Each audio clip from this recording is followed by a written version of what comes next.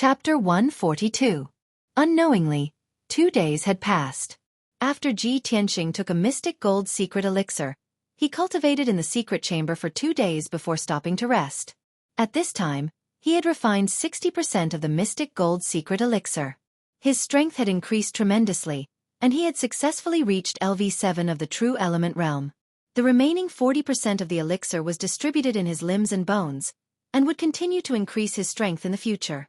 The surging true essence in his body had also turned pure gold, and its power was very sharp and fierce. In addition, with the help of the mystic gold secret elixir, he had also refined one of his main meridians into a sword vein. Out of his 9 meridians, 3 of them had already been refined into sword veins. Ji Tianxing had a premonition that when he refined all 9 meridians into sword veins, his strength would reach the mystic comprehending realm. He believed that day would not be too far away. After resting for a while, he took out the secret manual of shadowless steps and studied it carefully with the help of the light on the wall. This secret manual only had 18 pages, and each page only had a few hundred words and a picture. In the picture was a small person in a strange posture. The combination of the picture and the words made it easier for him to understand the cultivation method of shadowless steps. After reading through the entire manual, he roughly understood the uniqueness and mystical effects of the shadowless steps. The key to ordinary lightness skills lies in how the waist and legs exert force and leverage. But this shadowless steps is more profound and complicated.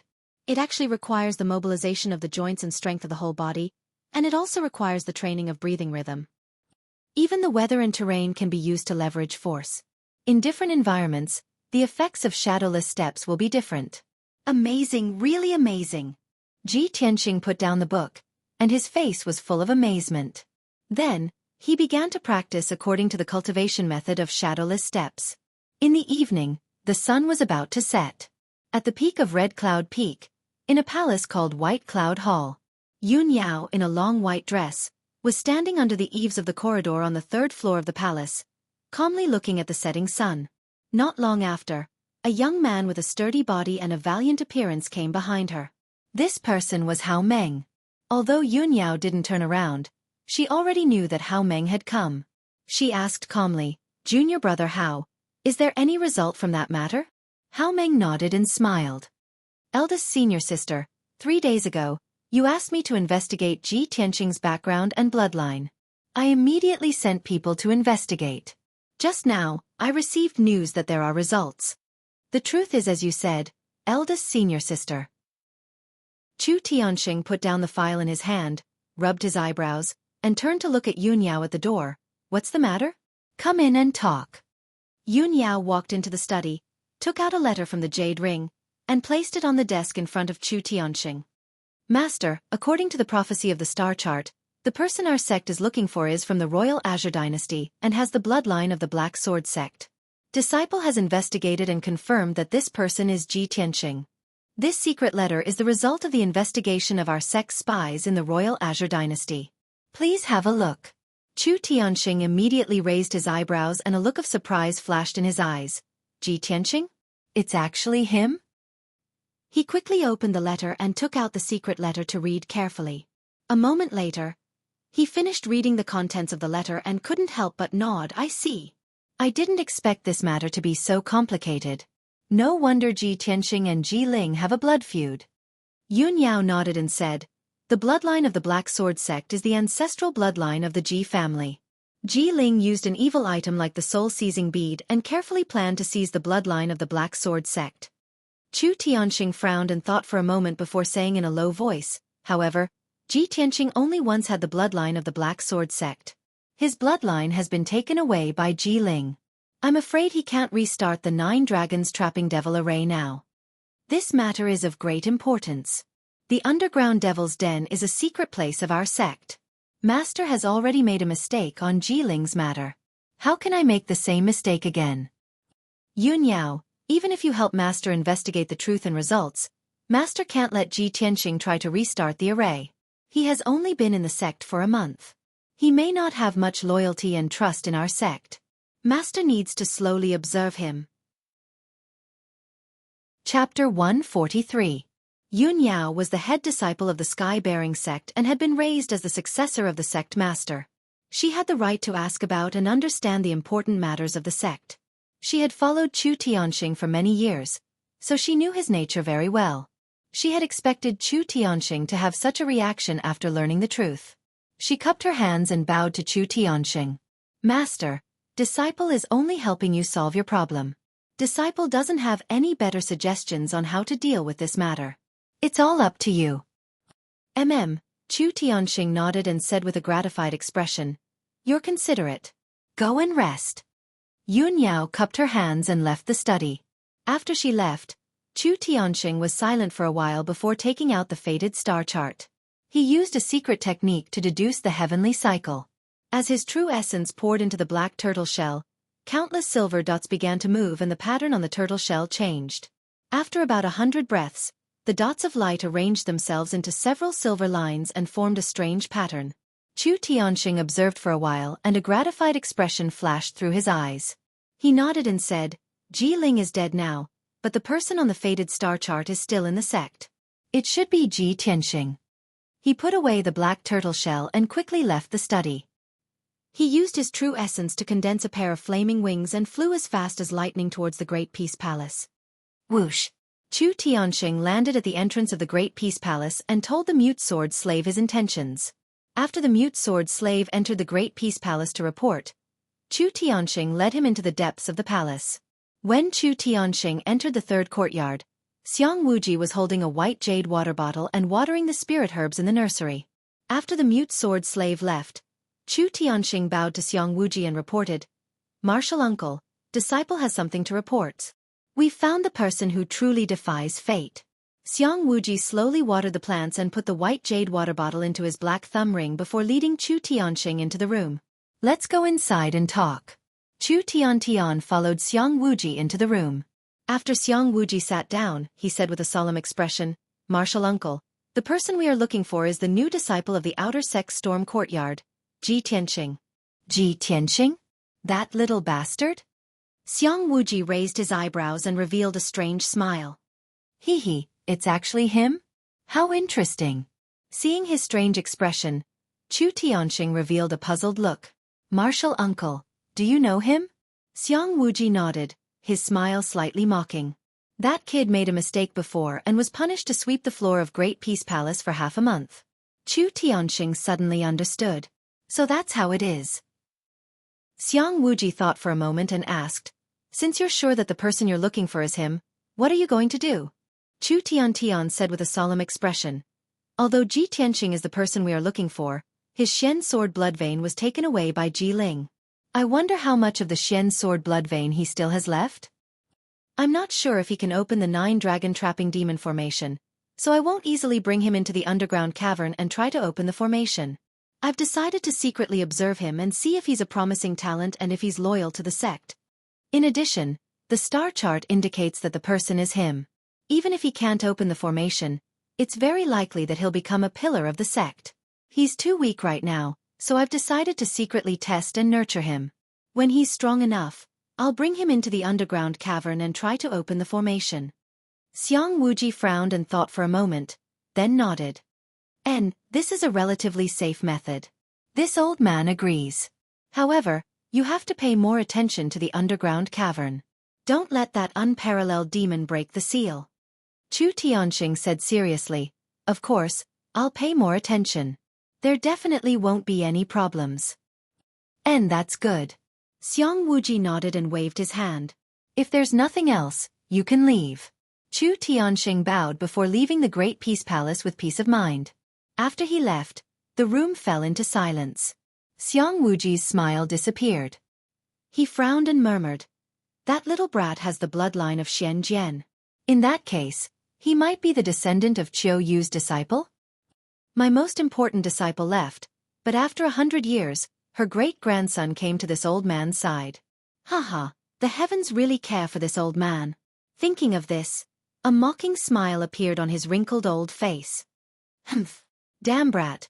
It seems this old man has to think of a way to keep him in Great Peace Palace. It'll make it easier for this old man to teach him. The first light of dawn shone into the room through the window. Ji Tianxing ended his seclusion and walked out of the secret room. After last night's comprehension and cultivation, He had grasped the basics of the shadowless step. The cultivation of the shadowless step was divided into beginner, small success, expert, great success, and perfect. Even though he had just started and hadn't completely grasped the shadowless step, he had already tested it. But he had already tested it. After using the shadowless step, his speed was twice as fast as before and he saved more vital energy. The facts proved that this high-profound rank shadowless step was indeed unique and extremely mysterious. After washing up, Ji Tianxing walked out of the room and went to the mountain peak to find Deacon Du Wu.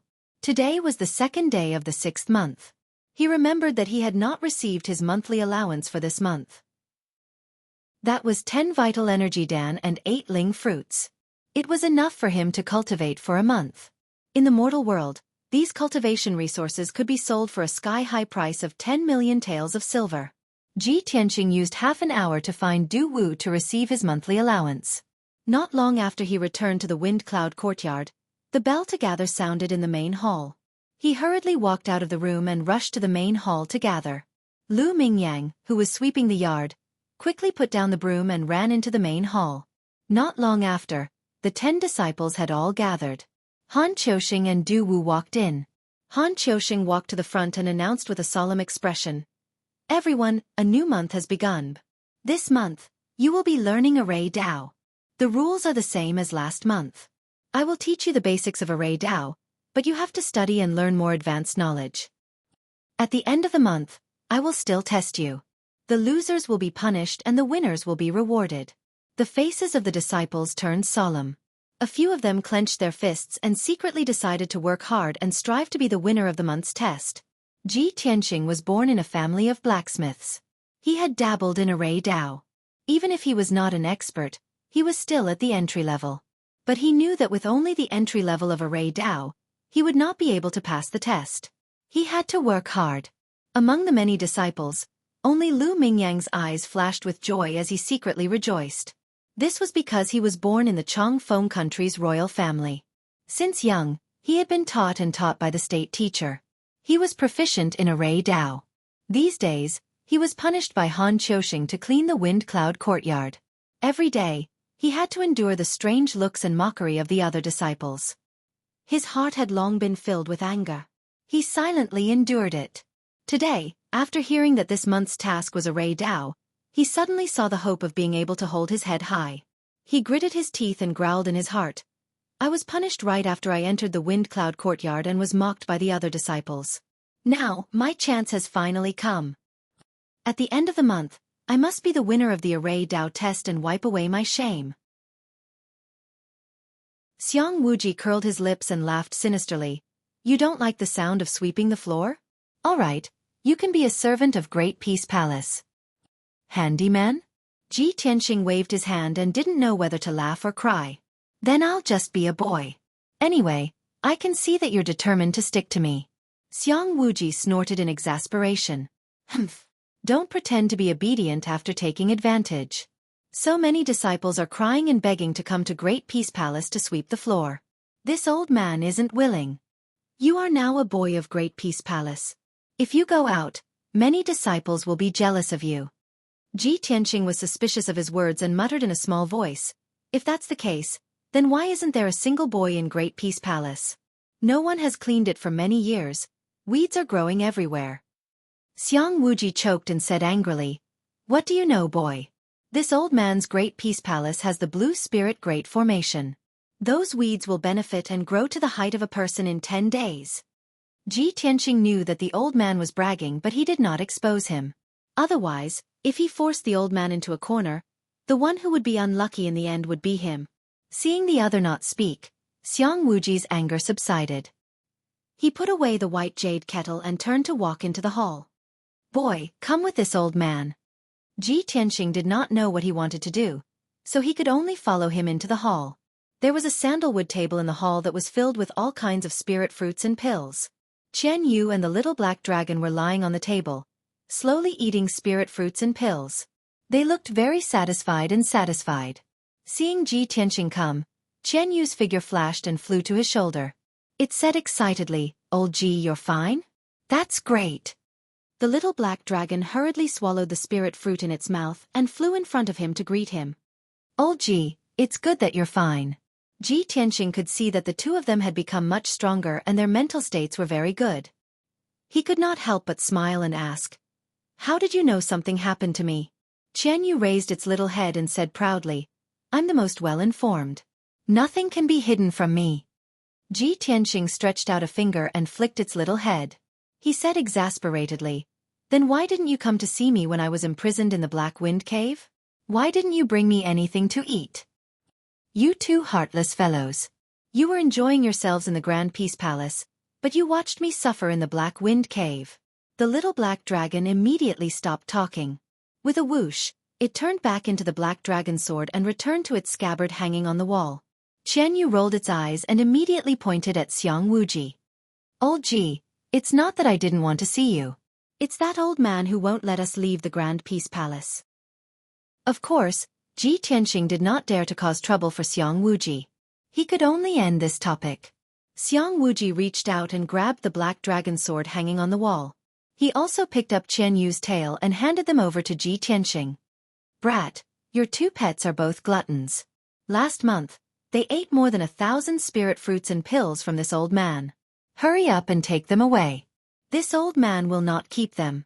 Ji Tianxing was stunned. He thought to himself, "This stinky old man is noble and powerful. Who knows how many rare treasures he has? How can he not be able to raise Qian Yu and the little black dragon? Is he just looking for an excuse to return Qian Yu and the little black dragon to me? But Qian Yu and the little black dragon are with me. I don't have that many spirit fruits for them to eat. It's better to let them stay in the Grand Peace Palace. At least they can quickly recover their strength." At this thought, he pretended to be confused and asked, "Senior, is this appropriate? Qian Yu and the little black dragon are with me. If other people in the sect find out, I will be breaking the sect rules and will be punished. The two of them will also be expelled from the sect." Xiang Wuji glared at him and scolded, "Brat, don't play dumb with me.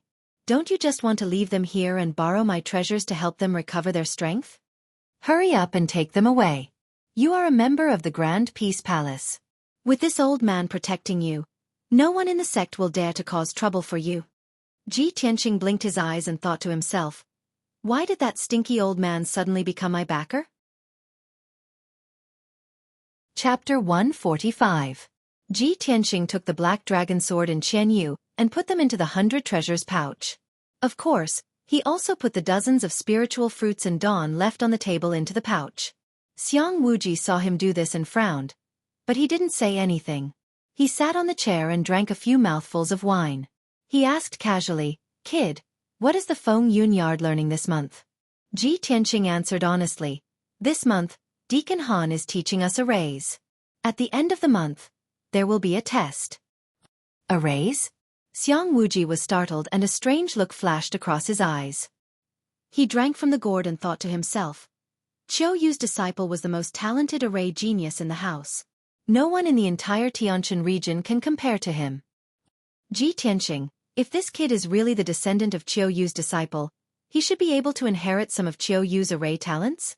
Thinking about this, Xiang Wuji put down the gourd and asked Ji Tianxing slowly, "Kid, you must be a rich young master in the mortal world, right?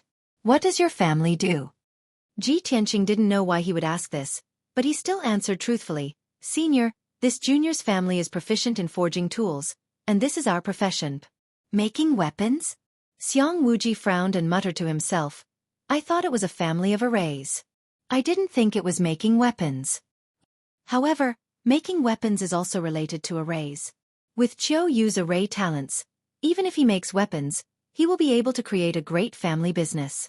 He paused for a moment, then asked Ji Tianxing, "Kid, have you seen your great-grandmother?"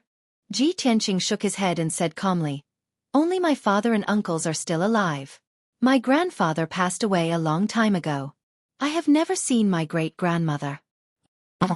Xiang Wuji nodded and didn't ask more. He frowned and fell into deep thought. "Back then, my disciple Qiu Yu's talent in array Dao stunned the entire Tianjin region. She was my greatest pride. This brat is the descendant of Qiu Yu's disciple. This old man will teach him well and definitely won't let him lose face for Qiu Yu's disciple." After making up his mind, Xiang Wuji got up and walked out of the door. He walked to the center of the courtyard and stood still on the ground paved with bluestone. He waved at Ji Tianxing. "Brat, come here." Ji Tianxing didn't know what was going on, so he hurriedly walked into the courtyard and stood in front of him.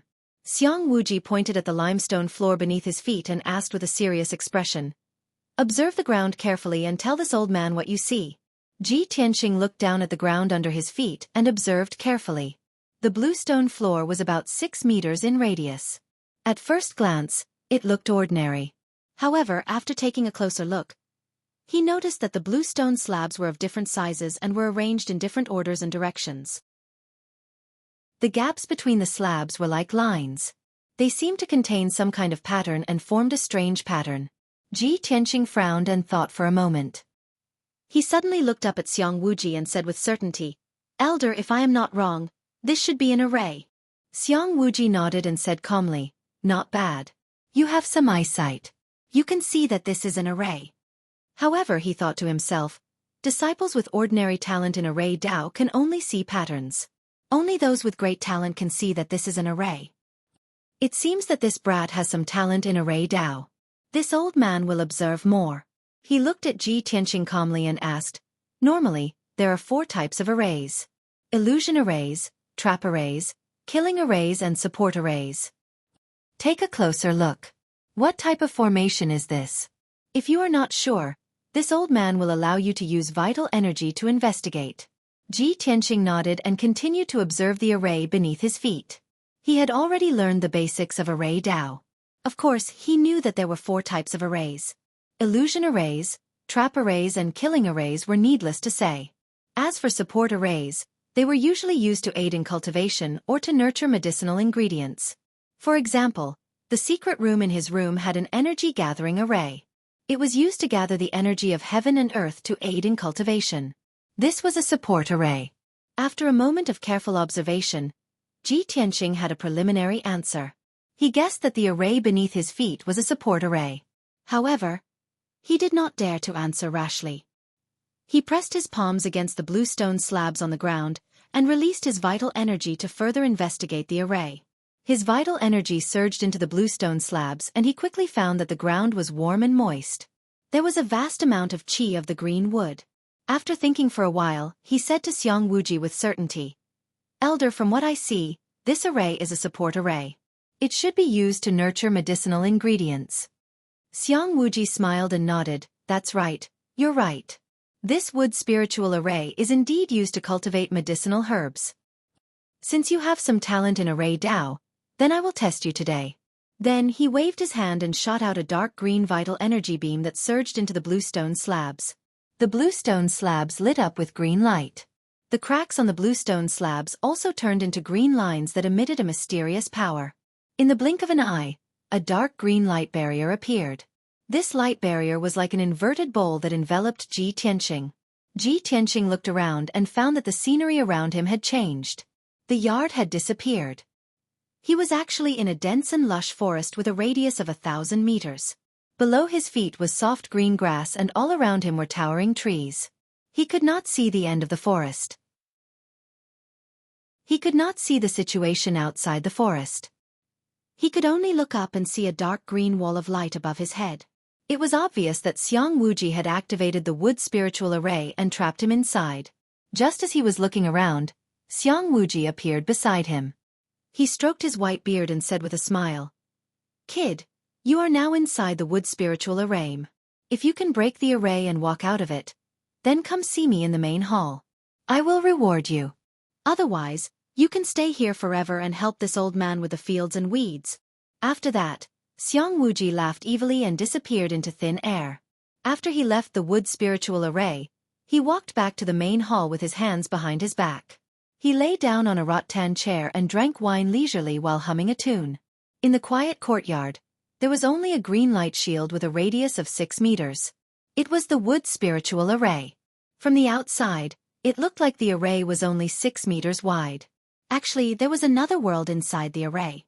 It was very mysterious. Xiang Wuji lifted his wine gourd and drank 2 mouthfuls. Glancing at the green light shield in the yard, he murmured with a smile, "Although this wood spiritual array of mine is only a mystic level middle grade array, Only Mystic Realm warriors can successfully break it.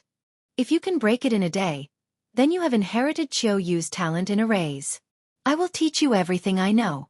Otherwise, you wouldn't be worth this old man's time. Today, the 6th chapter has arrived. From now on, there will be 6 chapters every day. I hope you can add this book to your bookshelf and vote for it. Thank you. Chapter 146. Ji Tianxing stood in the dense forest and did not act rashly. Although this wood spiritual array was very mysterious, and it was unbelievable that there was a space of 1,000 meters in a small array. But he was sure that the grass under his feet and the towering trees around him were all real and not illusions. Being in this array, he could feel that the air was filled with thick wood spiritual qi, emitting the fragrance of plants. Without a doubt, this was a holy place for recuperation and healing. If a seriously injured person were to heal here, their injuries would recover faster. If a martial artist with wood spiritual qi were to cultivate here, he would get twice the result with half the effort and his strength would increase quickly. Ji Tianxing stood in the center of the array and carefully observed for a while. Then he decided to try to break through the array. Although arrays are the means of martial artists, they also need to borrow the power of heaven and earth and follow the principles of yin and yang and the 5 elements. Since the array has an entrance, there must be an exit. I'll go through this forest and walk to the edge of the array to see if I can find the exit. After making up his mind, he began to walk forward. As long as he passed through the dense forest that was 1,000 meters long, he would reach the edge of the wood spiritual array. Ji Tianxing stepped on the soft grass, pushed aside the dense leaves in front of him, and walked straight forward. However, after he took a few steps, the grass and forest behind him changed silently. The grass and towering trees were like living creatures that could move and change their positions on their own. Unfortunately, these changes were too subtle and silent. Ji Tianxing did not notice them. After 15 minutes, he quickly passed through the forest and walked 1,000 meters. Logically speaking, he should have passed through the forest and reached the edge of the array. But this was not the case. He saw that the scene in front of him had not changed at all. It was still the dense forest, and he could not see the end. He was still surrounded by the dense forest, and he was still on the grass in the center of the array, as if he had never left. Ji Tianxing had to stop, and a playful smile appeared on his face. Haha, so it's not just an auxiliary array, but also a maze. This forest is like a maze. If I continue to walk like this, I'm afraid I'll never be able to get out. Looks like I have to think of another way to break it. Ji Tianxing frowned and thought for a moment. Then, he took out Qian Yu and Black Dragon Sword from his 100 treasures brocade pouch. Qian Yu was sleeping in the brocade pouch. When he was pulled out by Ji Tianxing, he grumbled with some dissatisfaction. Old Ji, next time you come looking for me, let me know first. Isn't it rude of you to drag me out like this? Ji Tianxing just smiled and didn't tease it. Ji Tianxing revealed a joyful expression and said with a smile, "It seems that the key to breaking the formation lies in that small stream. Qian Yu, I'll have to trouble you again. You have to help me find that stream." Okay. Qian Yu agreed. It quickly flew up into the sky and looked down at the entire forest. Ji Tianxing lifted his feet and walked towards the southeast, his heart full of anticipation. After he took 10 steps, Qian Yu quickly reminded him, "Old Ji, you're off course. 9 more steps to the south." Ji Tianxing smiled faintly and walked south according to its instructions. After dozens of steps, Qian Yu reminded him again, "Old Ji, you're off course again. 10 more steps to the east." With the help of Qian Yu, Ji Tianxing walked over 1,000 steps and finally arrived at the stream. The stream was only 1 meter wide. It was hidden in the dense forest and grass. If one didn't walk close enough, they wouldn't be able to find it. The stream was cold and clear. No one knew where it came from or where it flowed to. Ji Tianxing followed the stream to the source and whispered, "This is a wood spiritual array. It gathers the wood spiritual qi to cultivate the old man's herbs." Although the array is full of spiritual qi, the forest and grass need not only spiritual qi but also water to grow. The array won't produce water out of thin air, so the water in this stream must have flowed in from outside the array. As long as I reach the source of the stream, I'll be able to find the exit. About a quarter of an hour later, Ji Tianxing followed the stream to the edge of the array. In front of him was a clear pool of water. This was where the stream flowed out from. Ji Tianqing put away Qian Yu and the black dragon sword into his 100 treasures pouch and jumped into the pool without hesitation. Just as he expected, after he passed through a passage at the bottom of the pool, he swam into an ancient well. Splash! Ji Tianqing floated to the surface of the water. He raised his head and looked up. As expected, he saw the blue sky outside the well. Immediately, a gratified smile appeared on his face. As expected. Hee. I broke the wood spiritual array in just 2 hours. The smelly old man definitely didn't expect this, right? Chapter 147. Xiang Wuji was in the main hall, lying on a rattan chair, leisurely drinking wine. Probably because he drank a little too much, his old face was flushed red and his eyes were tightly shut. He looked like he was about to fall asleep. Anyway, that kid needs at least half a day to break the array. This old man will sleep for a while. Xiang Wuji smacked his lips, put the wine gourd into his black thumb ring, and closed his eyes to rest. After a while, he started snoring and fell asleep. At this time, 2 hands reached out from the well in the corner of the yard and climbed out. It was Ji Tianqing. His hair and green robe were wet, and water kept dripping down to his feet. It was noon, and the sun was blazing in the sky, and the air was hot. Ji Tianqing wrung the water off his robe and sleeves, and walked straight to the main hall. Before he entered, he heard snoring coming from the room. Hee, the old man is actually asleep? Is he pretending to be asleep? Is he trying to trick me? Ji Tianqing grinned silently, and tiptoed into the room.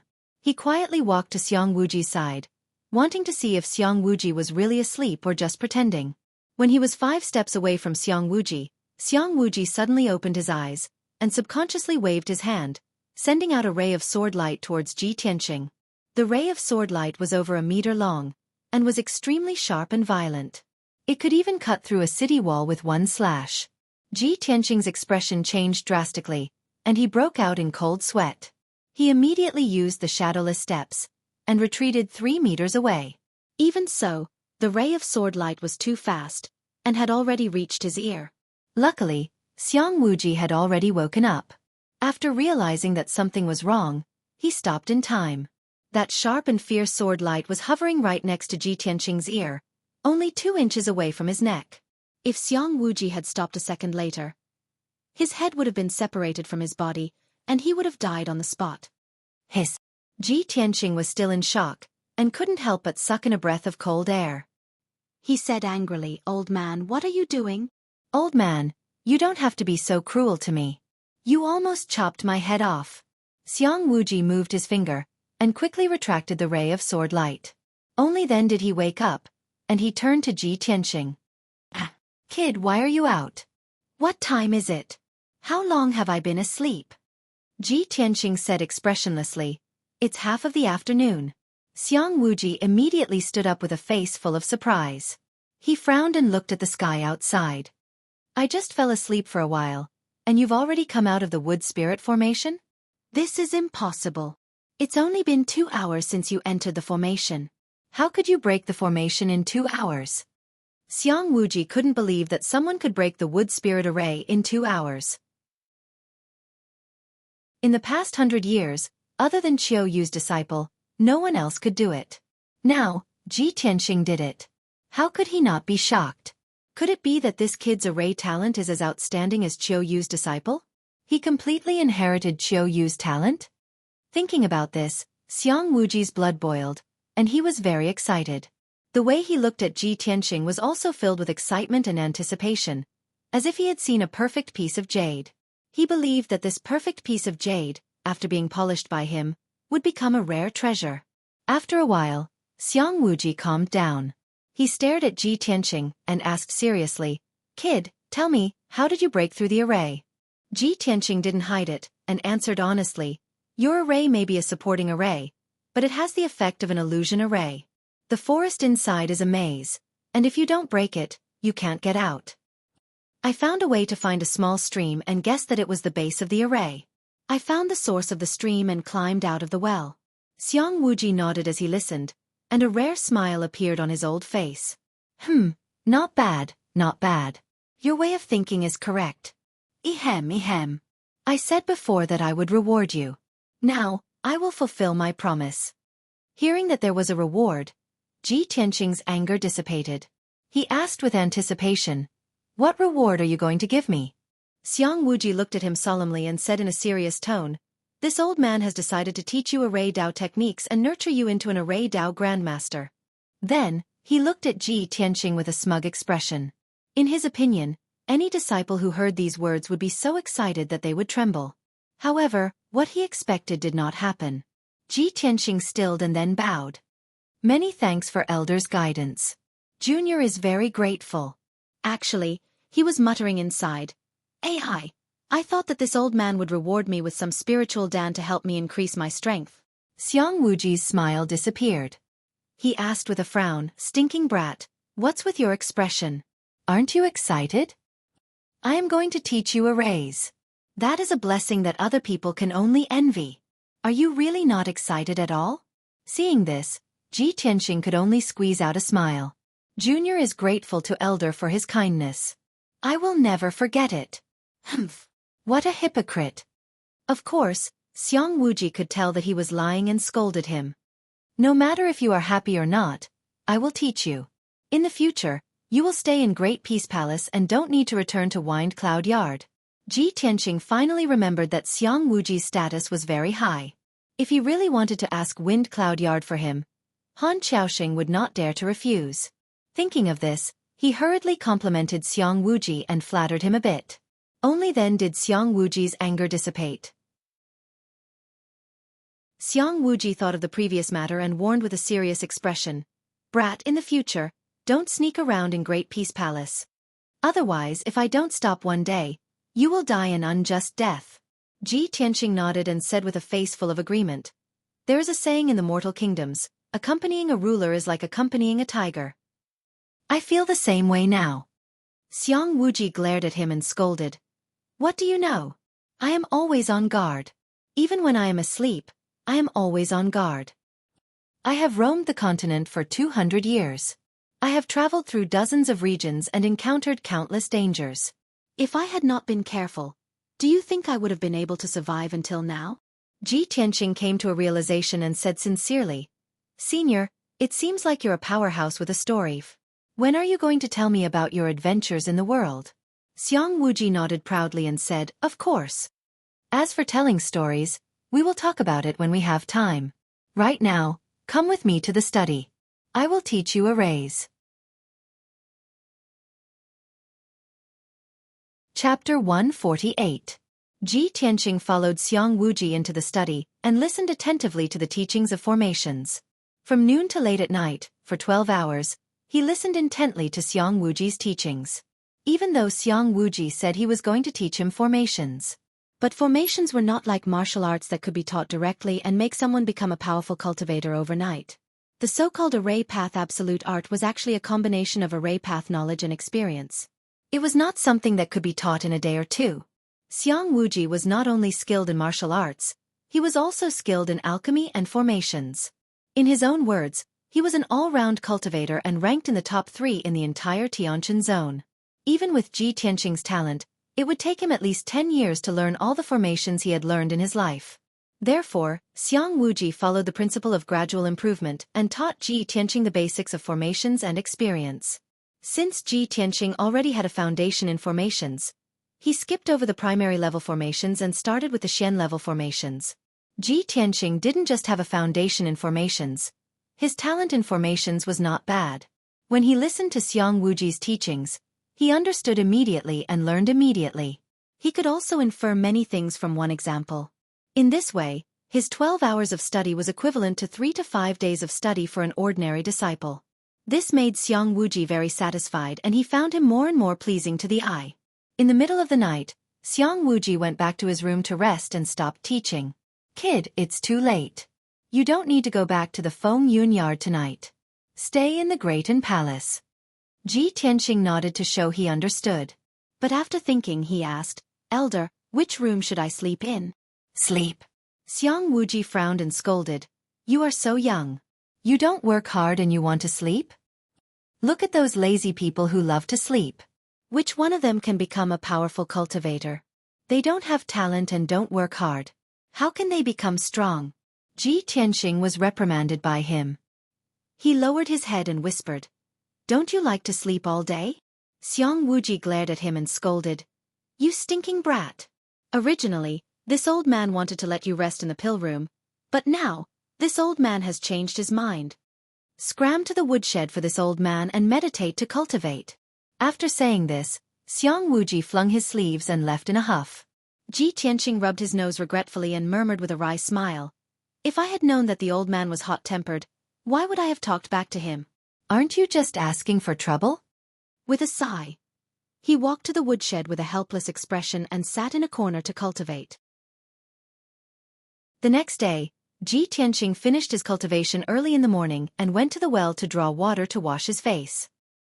He just finished washing up when the mute sword servant quickly walked into the courtyard and arrived by his side.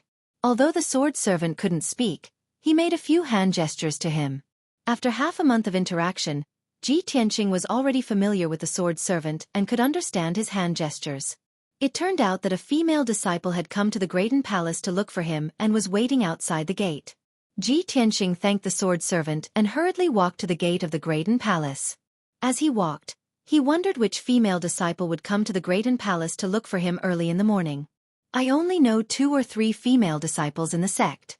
Who could it be? Kuka's injuries haven't recovered yet, so it shouldn't be her. If Xian came to look for me, she would have come in directly and wouldn't wait for me at the gate." After a while, Ji Tianxing walked to the gate. When he was still 100 steps away, he saw a beautiful woman in a long white dress standing outside the gate. She had a graceful figure and was extremely beautiful. Without a doubt, that beautiful woman in white was Yun Yao. Not far behind Yun Yao, her white spirit crane was still standing tall and upright. Ji Tianxing quickly walked to Yun Yao's side and greeted her with a smile. "Eldest senior sister, why are you looking for me so early in the morning? What's the matter?" Yun Yao's expression was a little serious. She nodded at him and went straight to the point. "Junior brother Tianxing, Master has given me an important task today. I need your help." "You need my help?" Ji Tianxing frowned and asked doubtfully. "Eldest senior sister, it's not that I'm looking down on myself, but with my strength, I'm afraid it's very difficult to help you, right?" Yun Yao said calmly. "This has nothing to do with your strength. I'll tell you the details later. Go and pack your things. You'll leave the sect with me later. This task might take a few days." Ji Tianxing saw her serious expression and guessed that the task was difficult. He nodded and said, "Okay, wait for me here for a while. I'll be back soon." In fact, all of his belongings were in the 100 treasures brocade pouch. There was nothing to pack. He returned to the Graydon Palace again and only reported to Xiang Wuji, in case Xiang Wuji couldn't find him for a few days and got angry again. After a while, he returned to the gate and jumped onto the back of the spirit crane with Yun Yao. The spirit crane let out a clear cry and flapped its wings to fly out of the sect. After leaving the Sky Pillar sect, the spirit crane flew over a large mountain and landed on a grassland 15 miles away from the Sky Pillar sect. Seeing this familiar grassland, Ji Tianxing immediately frowned and thought to himself, "A few days ago, I killed Jiling here. Why did eldest senior sister bring me here?" Seeing Yun Yao jump onto the grass, he quickly jumped down as well. He looked around and found a male disciple in a white robe standing in the forest not far away. He was leading a huge silver wolf. He followed Yun Yao into the forest and saw that the male disciple was Bai Wuchen. When Bai Wuchen saw the two of them arrive, he quickly went up to them and said to Yun Yao, "Eldest senior sister, I've borrowed the mysterious treasure pagoda from the second elder." With that, he stretched out his right hand. A golden light flashed in his palm, and a small and exquisite golden pagoda that was about 3 inches tall appeared. Yun Yao nodded slightly and said in a deep voice, "There's no time to lose. Let's start the search now." Ji Tianxing was a little puzzled and quickly asked Yun Yao, "Eldest senior sister, what are we searching for?" Yun Yao explained with a serious expression, "For days ago, Ji Ling's body disappeared. Sect Master used the star map to find out that it was the demons who took his body." Ji Tianxing's body trembled. From her words, he understood a lot of information. Only now did he know that the Sky Pillar sect master had long known about him killing Ji Ling, and had even tacitly approved of it. Moreover, on the day he killed Ji Ling's body was taken away by the demons. Thinking of this, he couldn't help but ask, Ji Ling is already dead. Why do the demons want his body? Yun Yao said in a serious tone, the demon powerhouses have the blood demon secret technique. Even if Ji Ling is dead, they can still extract his soul. Ji Ling once entered the sect's forbidden area and knew the sect's core secrets. If the demon powerhouses interrogate his soul and find out the sect's secrets, it will be troublesome. Therefore, the mission that sect master gave us is to find Ji Ling's soul no matter what.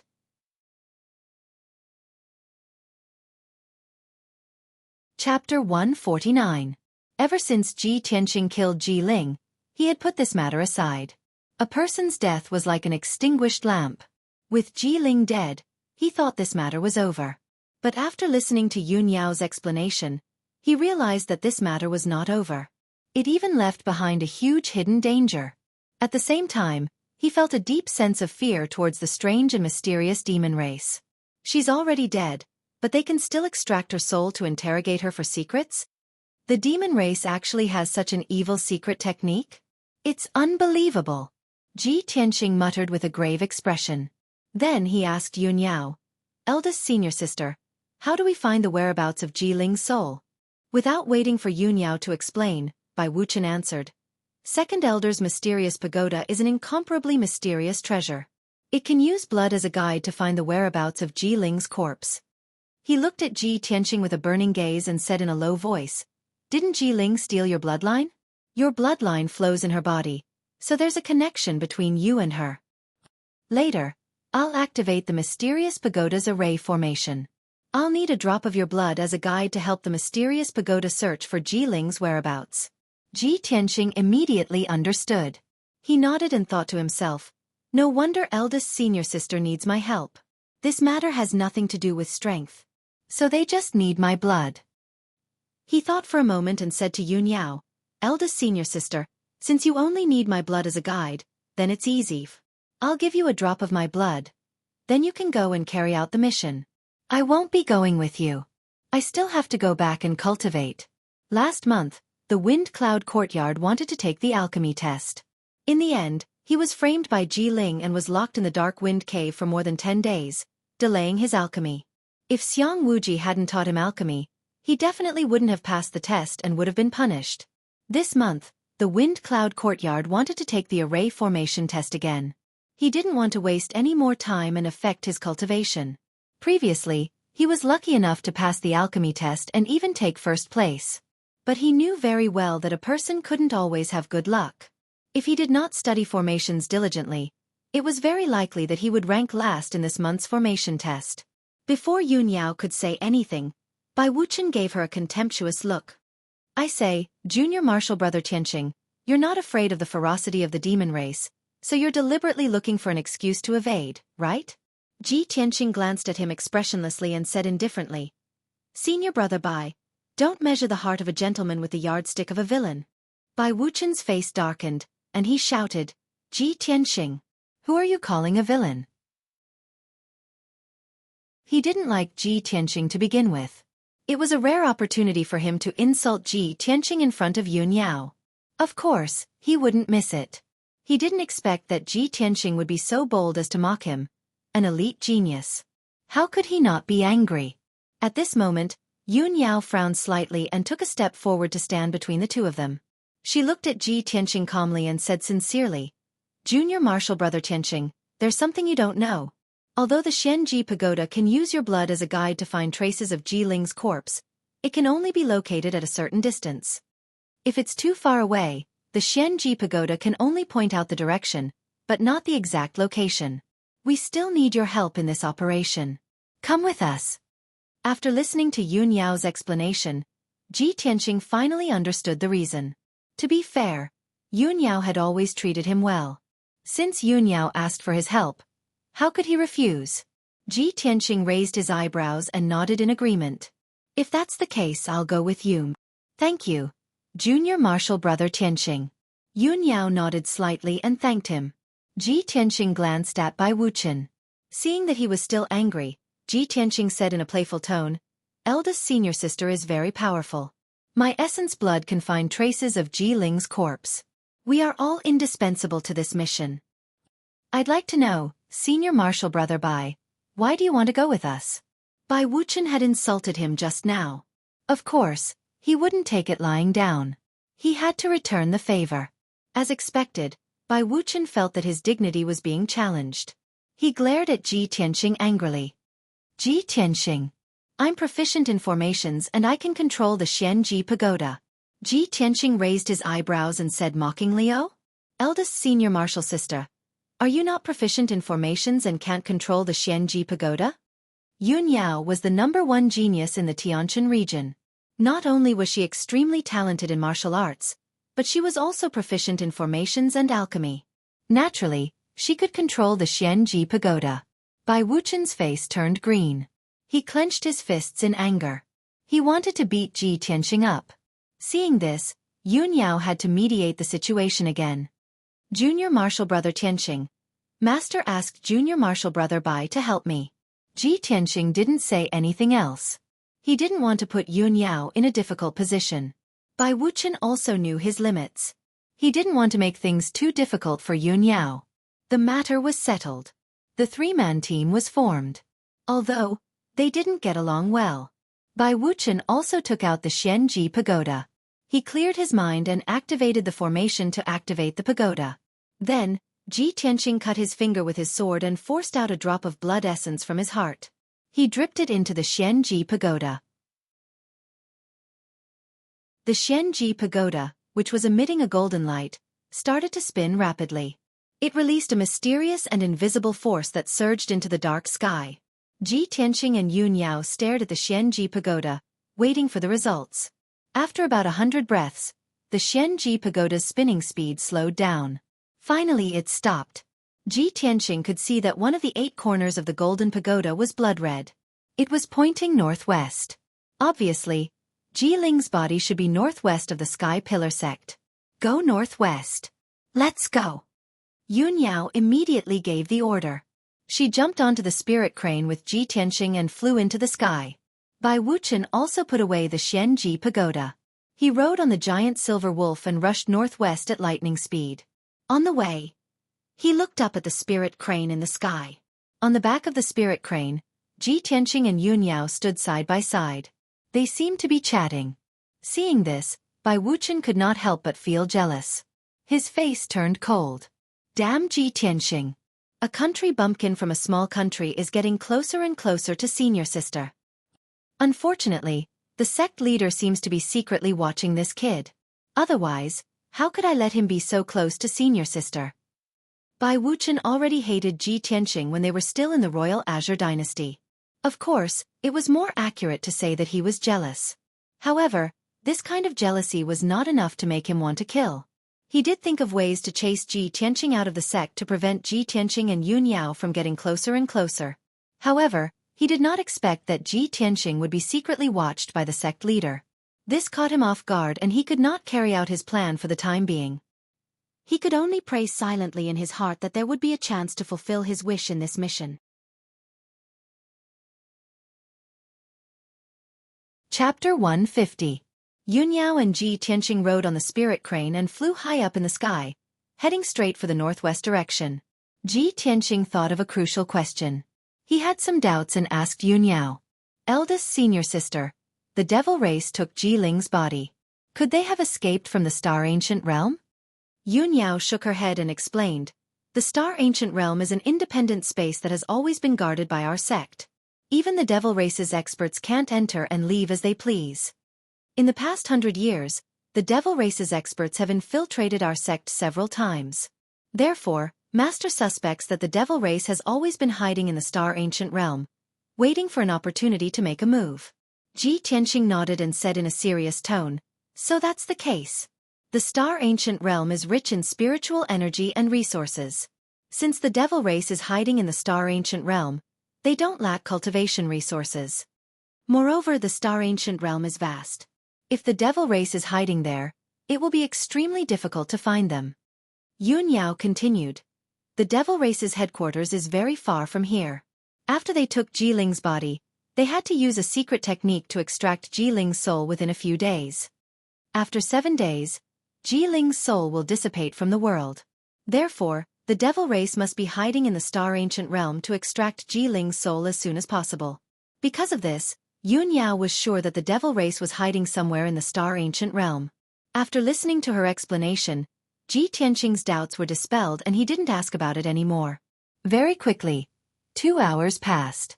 The spirit crane carried Ji Tianqing and Yun Yao for 400 miles and entered a boundless mountain range. Looking down from high up in the sky, one could see towering mountain peaks of different heights closely linked together, and a sea of dark green forests covered the tall mountains. In the mountains and forests, there were many traces of demonic beast activity. From time to time, roars of beasts could be heard from the depths of the mountain range. Ji Tianqing even saw with his own eyes that there was a huge gray eagle circling in the sky above the mountains in the distance. The gray eagle demon beast seemed to have found its prey. It suddenly swooped down from the sky and drilled into the lush mountains.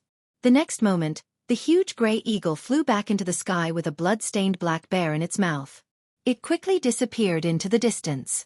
Ji Tianqing had never seen such a shocking scene before. A vast and boundless aura surged toward him, making him deeply feel the vastness and mysteriousness of the ancient realm of the stars. At this moment, Yun Yao let the spirit crane land on the peak of a mountain. After waiting for a while, Bai Wuchen rode his silver moon wolf to the top of the mountain and stopped in front of them. Junior Bai, use the mysterious pagoda to check again, Yun Yao instructed calmly. Bai Wuchen nodded. He quickly took out the Arcanum Pagoda and activated the pagoda's array. Ji Tianqing also forced out another drop of blood essence and dripped it into the Xuanji Pagoda. The octagonal top of the Xuanji Pagoda spun rapidly, releasing a dazzling golden light with a hint of blood red. Not long after, the top of the octagonal pagoda gradually stopped spinning. One of the corners was blood red. It was still pointing in the northwest direction, but the direction was slightly off from before. Bai Wuchen carefully observed for a moment. He then used a secret technique to sense the aura of the mysterious pagoda. After sensing the specific result, he said to Yun Yao, "Senior sister, we're closer to the target." The mysterious pagoda's reaction is also clearer. According to my judgment, Ji Ling's body should be in the northwest direction. It should be around 600 miles away from us. Yun Yao nodded and said in a low voice, "All right, let's not delay any longer. We'll hurry over." After that, Yun Yao and Ji Tianqing jumped onto the spirit crane's back and continued rushing toward the northwest. Bai Wuchen also rode on his silver moon wolf and rushed down the mountain peak like the wind. They hurried over the mountains and ridges. For the next 4 hours, the three of them did not stop. Yun Yao and Ji Tianqing rode on the spirit crane and flew in the sky. Not only was the speed extremely fast, but it was also very safe. Even though the surrounding 800 miles were vast mountains with endless demonic beasts, they did not dare to attack the spirit crane. Bai Wuchen, on the other hand, was unlucky. While riding on his silver moon wolf, he was constantly attacked and chased by groups of demonic beasts. There were a few times when he was surrounded by a group of demonic beasts. He had to fight a bloody battle to break out of the encirclement. However, Bai Wuchen was indeed an elite genius of the Sky Pillar sect. Even though he fought a few times along the way, he was not injured. After 4 hours, Ji Tianqing and the other two also stopped rushing. The spirit crane landed on the peak of a 3,000-meter tall mountain. Yun Yao and Ji Tianqing jumped off the spirit crane's back and stood in the forest on the mountain peak to wait. After a while, Bai Wuchen also rode on his silver moon wolf to the mountain peak and came before the two of them. Bai Wuchen's white robe was already stained with blood. It was a ghastly sight. Of course, this was the blood of demonic beasts. Yun Yao looked at Bai Wuchen and said with a solemn expression, "Junior brother Bai, according to the results of your previous investigation, Ji Ling's corpse should be around here." Bai Wuchen nodded and took out the mysterious pagoda again. "Eldest senior sister, let me investigate again. This time, I should be able to determine the exact location of the target." After saying that, he activated the formation of the mysterious pagoda and began to investigate. Ji Tianqing frowned slightly. He cut his finger again and forced out a drop of blood essence, dripping it into the mysterious pagoda. The mysterious pagoda spun rapidly, emitting a dazzling golden light. It released an invisible mysterious energy that surged into the dark sky. After a while, the the mysterious pagoda pointed out the direction. Bai Wuchen used a mysterious Dao secret technique to sense it and obtain the specific result. He looked ahead with a burning gaze and pointed at a towering dark green mountain peak. He said solemnly, "Eldest senior sister, Jiling's corpse is in that mountain. Also, I used the mysterious pagoda to sense the aura of the demons. There's more than one demon in that mountain. It's very likely that it's a temporary stronghold of the demons." Yun Yao frowned slightly. After thinking for a while, she said, "To avoid alerting the demons, we'll leave the spirit crane and the silver moon wolf here. We'll sneak into that mountain and search." The spirit crane and the silver moon wolf were too big. Moreover, the demons would sense their aura and easily expose their whereabouts. Leaving the two spirit beasts at the peak of the mountain was, of course, the wisest decision. Bai Wuchen had no objections. After that, Yun Yao led Ji Tianqing and Bai Wuchen toward the mountain at lightning speed. The two mountains did not seem far apart, but there was a huge canyon between them that was dozens of miles away. After a full hour, the three of them entered the towering mountain. The three of them shuttled through the dense forest. Yun Yao and Bai Wuchen used their spiritual senses to search for the aura of the demons. Ji Tianqing had not reached the mystic enlightening realm, so he did not have a spiritual sense. However, he was still observing the surroundings with his sharp eyes, hoping to find some clues. After shuttling through the forest for 15 minutes, he sensed a problem. The entire mountain was dead silent. There were no traces of demon beasts, nor were there any roars. This mountain that seemed to be full of vitality and lush with forest seemed to be emitting a cold aura of death. Today's 5th update has arrived. There's another update at 8 p.m. Please recommend it and add it to your collection.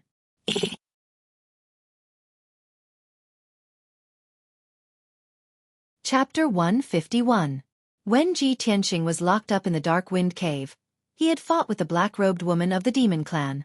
He knew how powerful the demon clan was. Therefore, when he was searching for clues in the forest, he was always vigilant and did not dare to let his guard down. Not long after, Bai Wuchen suddenly made a new discovery. He lowered his voice and said to Yun Yao, "Eldest senior sister, according to the Xueqi Pagoda's investigation, Jiling's body is very close to us. It's in this mountain." Yun Yao frowned slightly and pondered for a moment. Then she said in a low voice, "Master once said that the demon clan is cruel and vicious. They are not tolerated by any race in the world. Therefore, they hide in the depths of the earth to survive until now. If that's the case, it's very likely that the demon clan is hiding in this mountain." Bai Wuchen nodded in agreement. "Eldest senior sister, your analysis is very reasonable. We must find a way to enter the mountain. I guess the demon clan is hiding in the cave." Yun Yao lowered her voice and said, "Look carefully. See if there's an entrance to the cave." Therefore, the three of them continued to search carefully in the forest, looking for a crack or a cave that could lead them into the mountain. About 2 hours later, the three of them searched around the mountain. Finally, Ji Tianqing found a dark cave in the forest at the foot of the mountain. The cave was about 2 meters wide and was covered by a cluster of extremely lush thorns. If one did not look closely, one would not be able to find it. Moreover, Ji Tianqing could clearly sense that there was a formation at the entrance of the seemingly ordinary cave. He waved at Yun Yao and Bai Wuchen, who were not far away, and the two of them hurried over. After looking around for a while, Bai Wuchen pulled out his sword and slashed all the thorns at the entrance of the cave. The entrance of the cave was clearly exposed in front of the three of them. The light in the cave was dim, so they could not see the depth of the cave. Yun Yao frowned and observed for a while. Then she came to a conclusion. There's a defensive formation at the entrance of the cave. There's a strong aura of the demon clan. It should be one of the entrances to the demon clan's stronghold. Okay, let me try to break the formation. Bai Wuchen put away his sword and walked to the entrance of the cave. He waved his hands and released vital energy to try to break the formation. He spent a quarter of an hour and tried twice, but failed both times. Bai Wuchen was a little embarrassed, so he took out the Xueqi Pagoda and used its power to break the formation. The Profound Secrets Treasure Pagoda was indeed miraculous, breaking the defensive array formation at the cave entrance very quickly. Shwa! When the formation collapsed, a black fog flashed before their eyes, and the scene at the entrance of the cave immediately changed. The originally pitch-black and rough cave had turned into an ancient black-brown stone door. This stone gate was 3 meters tall, and its frame was engraved with the characters and strange symbols of the demon race. It faintly exuded the chill of blood and death. After you go in, try to hide your aura as much as possible. Don't fight the demons head-on. Remember, our mission is only to retrieve Ji Ling's soul. Yun Yao instructed with a solemn expression. Then, she pushed open the sturdy and heavy stone door and entered the cave first. Ji Tianqing followed closely behind, while Bai Wuchen walked at the back with his sword in hand. The three of them slowed down, held their breaths, and tried their best to hide their aura. They didn't make a single sound. The cave was a little dark and damp. It meandered underground, and there were traces of man-made excavation on both sides of the cave walls. The three of them walked along the tunnel for about 100 steps, and the tunnel became as dark as ink. There wasn't a single ray of light. However, Yun Yao's strength was extraordinary. Even in such a dark environment, she could see the situation in front of her clearly. Not long after, there were some forks on both sides of the tunnel, and a few narrow passages extended out. Yun Yao ignored those passages and continued to follow the main path, going deeper into the cave. After about an hour, the three of them had walked for a total of 10 miles, and they were already more than 1,000 meters underground. At this moment, they finally reached the end of the tunnel. The three of them entered a huge and spacious cave. They stopped and hid in a dark corner, silently observing the situation in the cave. This cave was at least 100 meters tall and more than 1,000 meters wide. It wouldn't feel crowded even if it accommodated thousands of people. Dozens of gemstones were inlaid on the ceiling of the cave, emitting sparkling light. Although it was a little weak, it could still disperse part of the darkness. There were many huge stone sculptures in the middle of the cave. They weren't in the shape of humans, but of demons and gods with 3 heads and 6 arms. At first glance, those stone sculptures of demons and gods all had green faces and fangs under the dim light. They were very ferocious and terrifying. On the walls of the cave, there were many 3-meter-tall stone doors. Behind the doors should be passages or rooms. Each stone door was dark brown, and the doorframe and lintel were engraved with demon words and symbols. They looked ancient, mysterious, and evil. The cave was dead silent. There was no movement or sound. It was as if it was shrouded in the aura of death, which made people feel depressed. Yun Yao had the celestial spirit sacred body bloodline, so she was very sensitive to the aura of other races. This kind of cave occupied by demons was filled with the aura of blood and death. It made her instinctively feel disgusted and resistant. The three of them hid in the dark corner for a while. Yun Yao used the power of her sacred body bloodline and sensed for a long time. Finally, she got the result. She looked at the 6 stone doors around the cave and whispered to Ji Tianqing and Bai Wuchen. Among the 6 stone doors, the aura of demons is thicker in the 2 on the left and the 2 in the middle. There are also signs of activity. There might be demons hiding there. Only the 2 stone doors on the right have the aura of demons, but it is fixed. We have to start searching from those 2 doors. Bai Wuchen secretly sensed the Xueqi pagoda and analyzed the result. He nodded in agreement and said, "Senior sister is right. I suggest we start searching from the right." Then, the three of them whispered to each other and discussed a simple plan. Yun Yao and Ji Tianqing hid in the dark corner and watched for any changes. They supported Bai Wuchen. Bai Wuchen quietly went to the stone door on the far right and silently cracked the array on the door. He had good attainments in array formation. With the help of the Xueqi pagoda, he quickly cracked the defensive array on the stone door. He pushed open the heavy stone door and went into the passage behind it to investigate for a while. Then, he gestured for Yun Yao and Ji Tianqing to follow him. The three of them walked to the end of the passage behind the door and saw a spacious hall. There were piles of bones in the dark hall. Thousands of grayish-white bones were piled up into a small hill. Most of the bones had been stored for many years.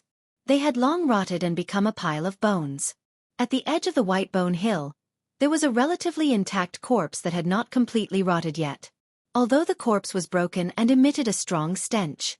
However, Ji Tianqing, Yun Yao, and the other 2 immediately recognized him. That corpse was Ji Ling's? 6th update. Please join the bookshelf and vote a few recommendation votes. Thank you everyone.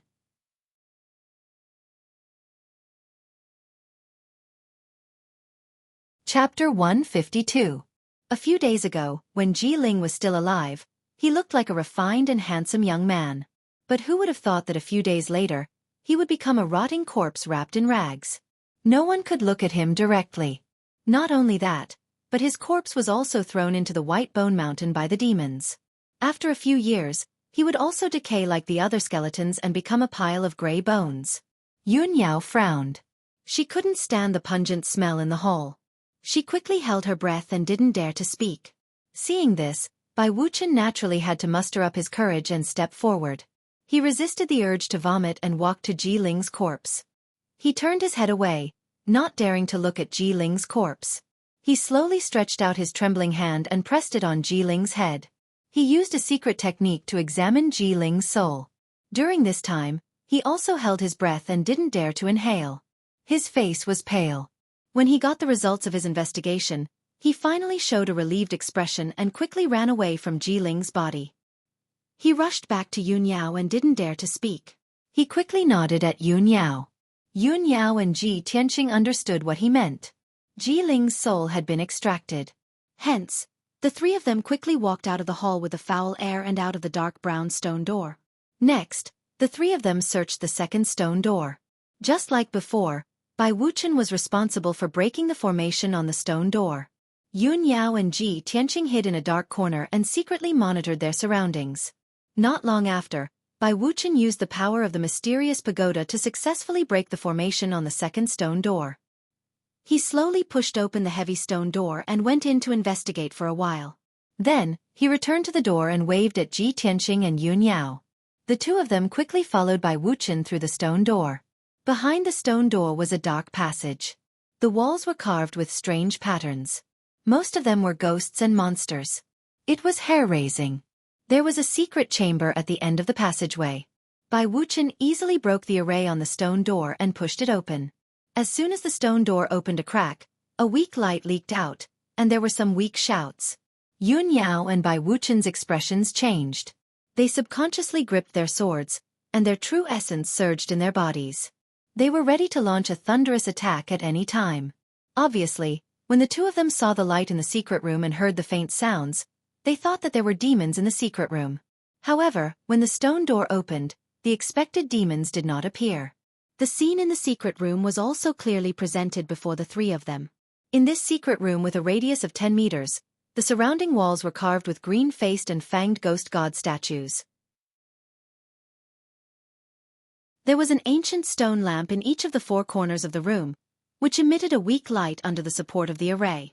Dozens of silver chains hung from the roof, and each chain was tied to a palm-sized crystal ball. Other than that, there was nothing else in the secret chamber. Yun Yao, Ji Tianqing, and Bai Wuchen entered the secret chamber and looked around curiously. The three of them were puzzled. There was no one in the secret chamber, so why did they hear the shouts just now? Ji Tianqing glanced at the surrounding walls, and his eyes fell on the dozens of crystal balls. He vaguely saw that there was a cloud of gray fog in each of the transparent crystal balls, which was constantly rolling. He subconsciously walked to the side of a crystal ball and observed it closely. Suddenly, the gray fog in the crystal ball condensed into a human figure, which turned into a black-robed old man half the size of a palm. He roared at him crazily, "Let me out! Let me out quickly!" Although the sudden shout was very weak, it was clearly reflected in the minds of Ji Tianqing and the other two. Ji Tianqing was immediately shocked. He could not help but take a step back, and his eyes were fixed on the black-robed old man in the crystal ball. Then, the gray fog in the nearby crystal balls condensed into all kinds of people, who were shouting angrily and excitedly. "Let me out! That's great! Someone is here! Save me quickly! This old man has been imprisoned for many years. Young hero, please save me and let this old man reincarnate." In the blink of an eye, at least 20 of the gray fog in the crystal balls had turned into human figures of men, women and children. Their voices were sorrowful and mournful as they begged. Ji Tianqing finally understood what was going on and vaguely guessed what was going on. He looked at Yun Yao beside him and asked seriously, "Senior sister, the gray fog in these crystal balls should be the souls extracted by the devil clan, right?" "Yes." Yun Yao nodded. Her face was indifferent, but there was a faint anger in her eyes. "I didn't expect the devil clan to be so cruel and vicious. They won't even let the dead go. Even if the people are dead, they still extract their souls and seal them in these magical artifacts. The screams we heard just now weren't real voices. They were the voices of these souls. We can only hear them when we are close to them. Bai Wuchen nodded and said indignantly, "It is said that after a person dies, his soul will stay in the corpse for 7 days. After 7 days, he will be reincarnated." The cruel and vicious devil clan. After killing someone, they extract their souls and seal them in evil magical artifacts within 7 days. In this way, their souls will never be able to be reincarnated. I've checked just now. The souls sealed in these evil artifacts are all experts of the human race. Many of them are even from the big sects in the ancient realm of the stars.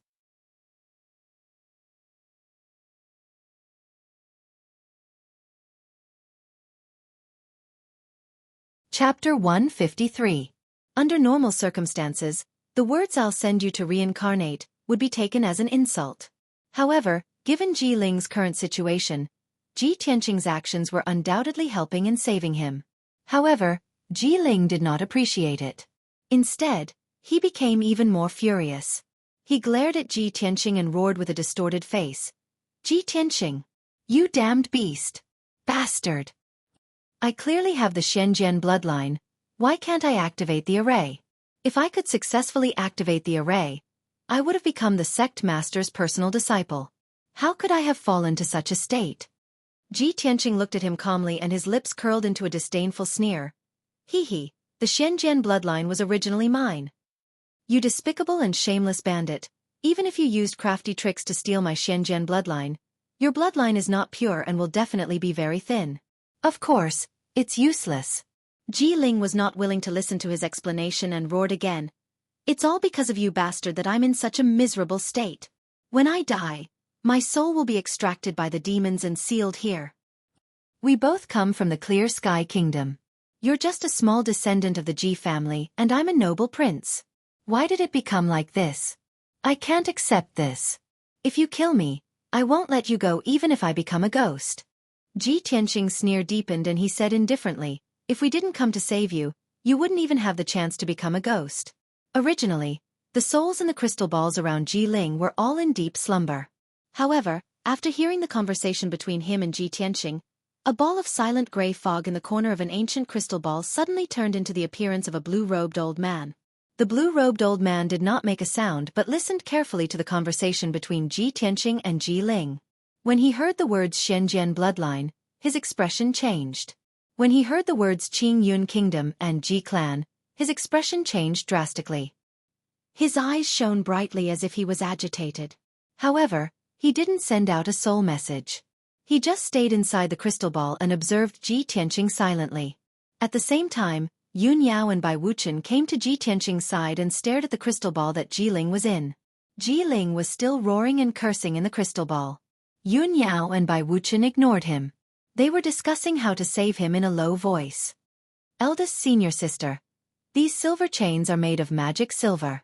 They are connected to the crystal ball and are artifacts with special magic power. It looks like I have to break the spell formation and magic on the chains before I can take the crystal ball away.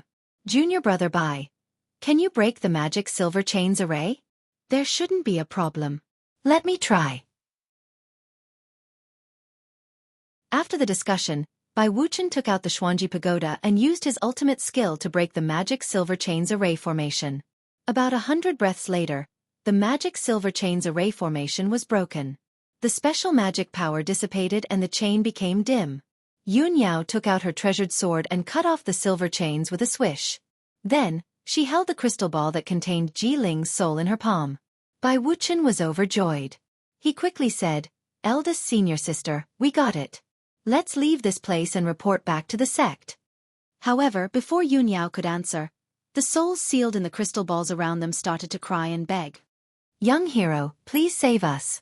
Young hero, are you a disciple of the Sky Pillar sect? I'm an elder of the Six Harmony sect. I've been to your sect a few times. Young heroes, please do me a favor. I'm a deacon of the Thousand Autumns sect.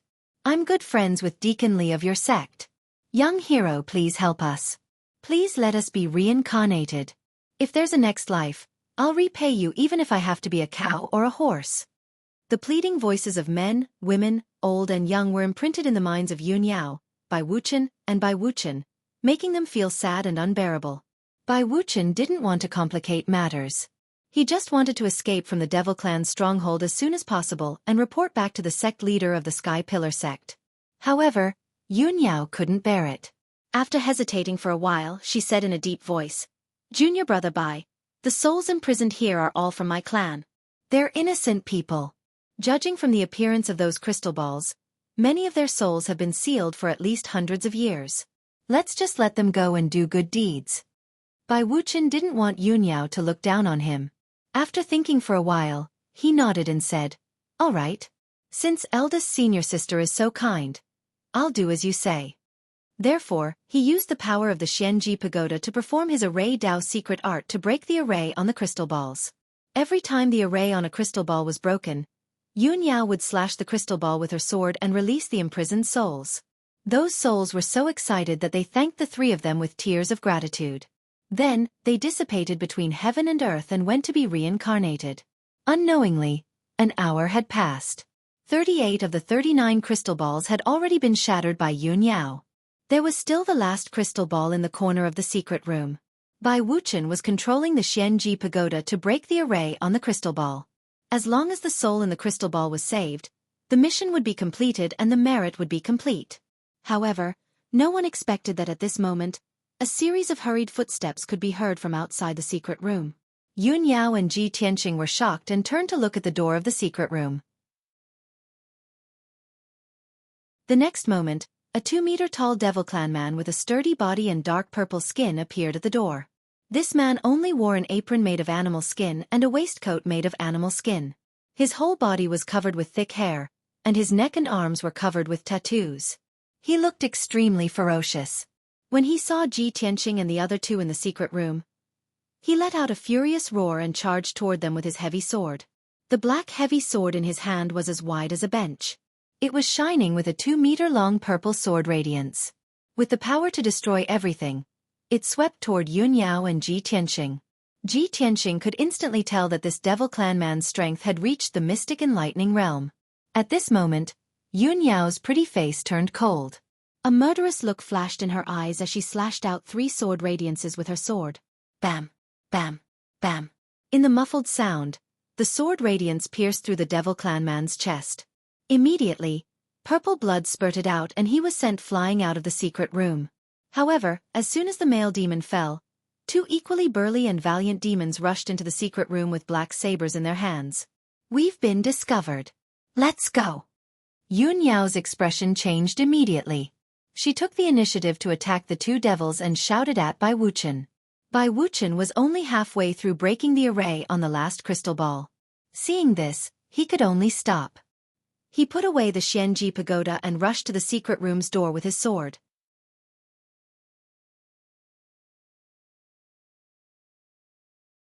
Chapter 154. Yun Yao slashed out a few sword radiances and killed 2 demons in an instant. The corpses of the 2 demons fell into a pool of blood and blocked the entrance of the secret chamber. Ji Tianqing kicked the 2 corpses away and rushed out of the secret chamber with Yun Yao. However, the demons in the stronghold were alarmed. Angry shouts could be heard from the cave. When Yun Yao, Ji Tianqing, and the other 2 rushed out of the stone door and entered the spacious cave, more than a dozen demons rushed over with murderous auras and surrounded the 3 of them. These demon clan guards were all in the metaphysical realm. They were burly like black bears, exuding a savage and cruel aura of slaughter. Their weapons were also different from those of the human race. They were all heavy weapons, and only warriors with amazing arm strength could use them. Of course, this kind of heavy weapon used by the devil race guards, the lethality was also very strong. For a warrior in the true energy realm like Ji Tianqing, he would be chopped into meat paste with just 1 slash. There were a total of 16 demon guards. After surrounding the 3 of them, they roared angrily and shouted in the demon language. Soon, they waved their sabers and broadswords, slashing out purple sword radiances and saber radiances. They surrounded the 3 of them. Yun Yao shouted with a serious face, "Don't fight. Break out of the encirclement and leave this place as soon as possible." Bai Wuchen gripped his sword tightly and shouted with a cold face, "Understood." The next moment, a fierce battle broke out. More than a dozen powerful sword radiances and saber radiances slashed at the vital parts of the three of them. The sword radiances and saber radiances caused a gust of wind in the spacious cave. Yun Yao and Bai Wuchen were obviously much stronger than these demon guards. The two of them waved their swords with all their might, slashing out dazzling sword radiances and injuring or killing the surrounding demon guards. No one could stop them. However, there were too many demon guards and they were cruel and bloodthirsty. They were not afraid of death. Even though the two of them injured 6 demons and killed 4 more, they could not break out of the encirclement in a short time. Ji Tianqing was in a much more dangerous situation. He did not dare to fight the demon guards head-on like Yun Yao and Bai Wuchen. He could only hold the black dragon sword tightly and retreat to avoid the fierce attacks of the demon guards. He was waiting for an opportunity to counterattack. At this moment, a demon guard slashed at him with his saber. He narrowly dodged the attack. Yun Yao hurriedly came to help him break free. She stabbed the demon guard with her sword and forced him to retreat. Taking advantage of this opportunity, Ji Tianqing decisively unsheathed his sword and slashed at the demon guard with all his strength. Swish! The black dragon sword turned into a snow-white sword radiance and slashed the demon guard's head. With a kachap sound, the demon guard was sliced in half by the black dragon sword, dying without a complete corpse. Dark purple blood spurted out and splattered on the ground. Immediately, the cave was filled with the thick smell of blood. The dazzling snow-white sword radiance illuminated the dark cave. It also clearly reflected the shock on Bai Wuchen's face. Bai Wuchen could not believe that Ji Tianqing, who was only in the true energy realm, had the courage to counterattack and kill a mystic comprehending realm demon guard with a single slash. This was too unbelievable. Yun Yao seemed to have expected this outcome. She was not surprised. Seeing Bai Wuchen in a daze, she shouted, "Junior brother Bai, break out of the encirclement."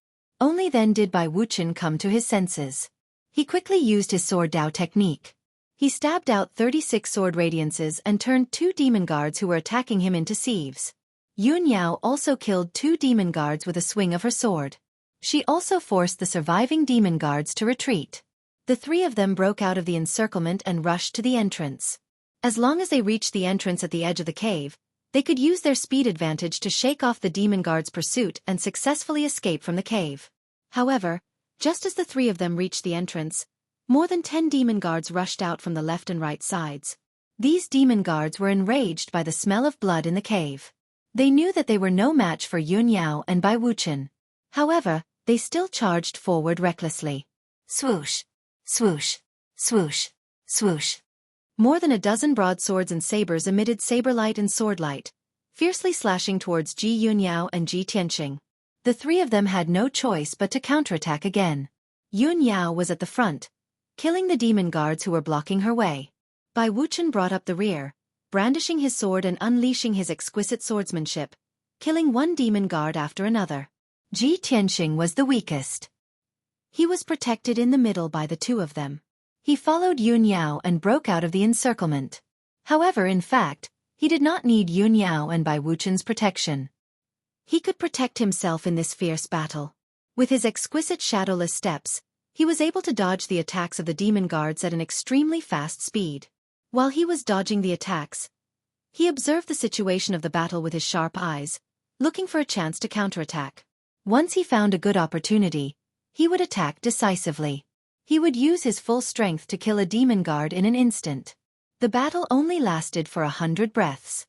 Ji Tianqing killed 3 demon guards in succession. Bai Wuchen was even more shocked. Yun Yao and Bai Wuchen also killed 8 demon guards. They severely injured the remaining few and forced them to retreat. The 3 of them finally broke out of the encirclement. They rushed into the entrance as they wished and ran into the tunnel they came from. Although the tunnel was dark, Yun Yao was leading the way. Her sharp eyes could see clearly within a 50-meter radius. The 3 of them ran at an extremely fast speed. In just a few minutes, they rushed out of the dark tunnel. Swoosh! Swoosh! Swoosh! The 3 of them finally rushed out of the dark tunnel and returned to the forest at the foot of the mountain. It was already evening, and the forest was dimly lit. However, when the 3 of them saw the blue sky and the golden setting sun, they felt as if they had seen the light of day again. Phew! Bai Wuchen exhaled a mouthful of turbid air. He waved his sleeve to wipe off the sweat on his forehead. He looked relieved and said, "We've finally escaped. Eldest senior sister, let's leave as soon as possible and report back," he said instinctively and was about to put away his sword. However, Yun Yao did not answer him. Even Ji Tianxing did not make a sound. Bai Wuchen looked up and saw that Yun Yao and Ji Tianxing, who were walking in front of him, had stopped. In the forest 100 steps in front of them stood 2 tall and sturdy figures in black robes. The black-robed figure on the left was a woman. She was tall and voluptuous. However, her blood-red eyes under the cloak were emitting a terrifying cold light and murderous intent. The figure on the right was the demon tribe's high priest. His purple hair was tied into dozens of long braids. He was barefooted and exuded a bloody aura. Bai Wuchen's expression changed drastically when he saw the 2 demon powerhouses. A cold light flashed in his eyes. He never would have thought that he would be stopped by 2 devil race powerhouses in the blink of an eye after escaping from death.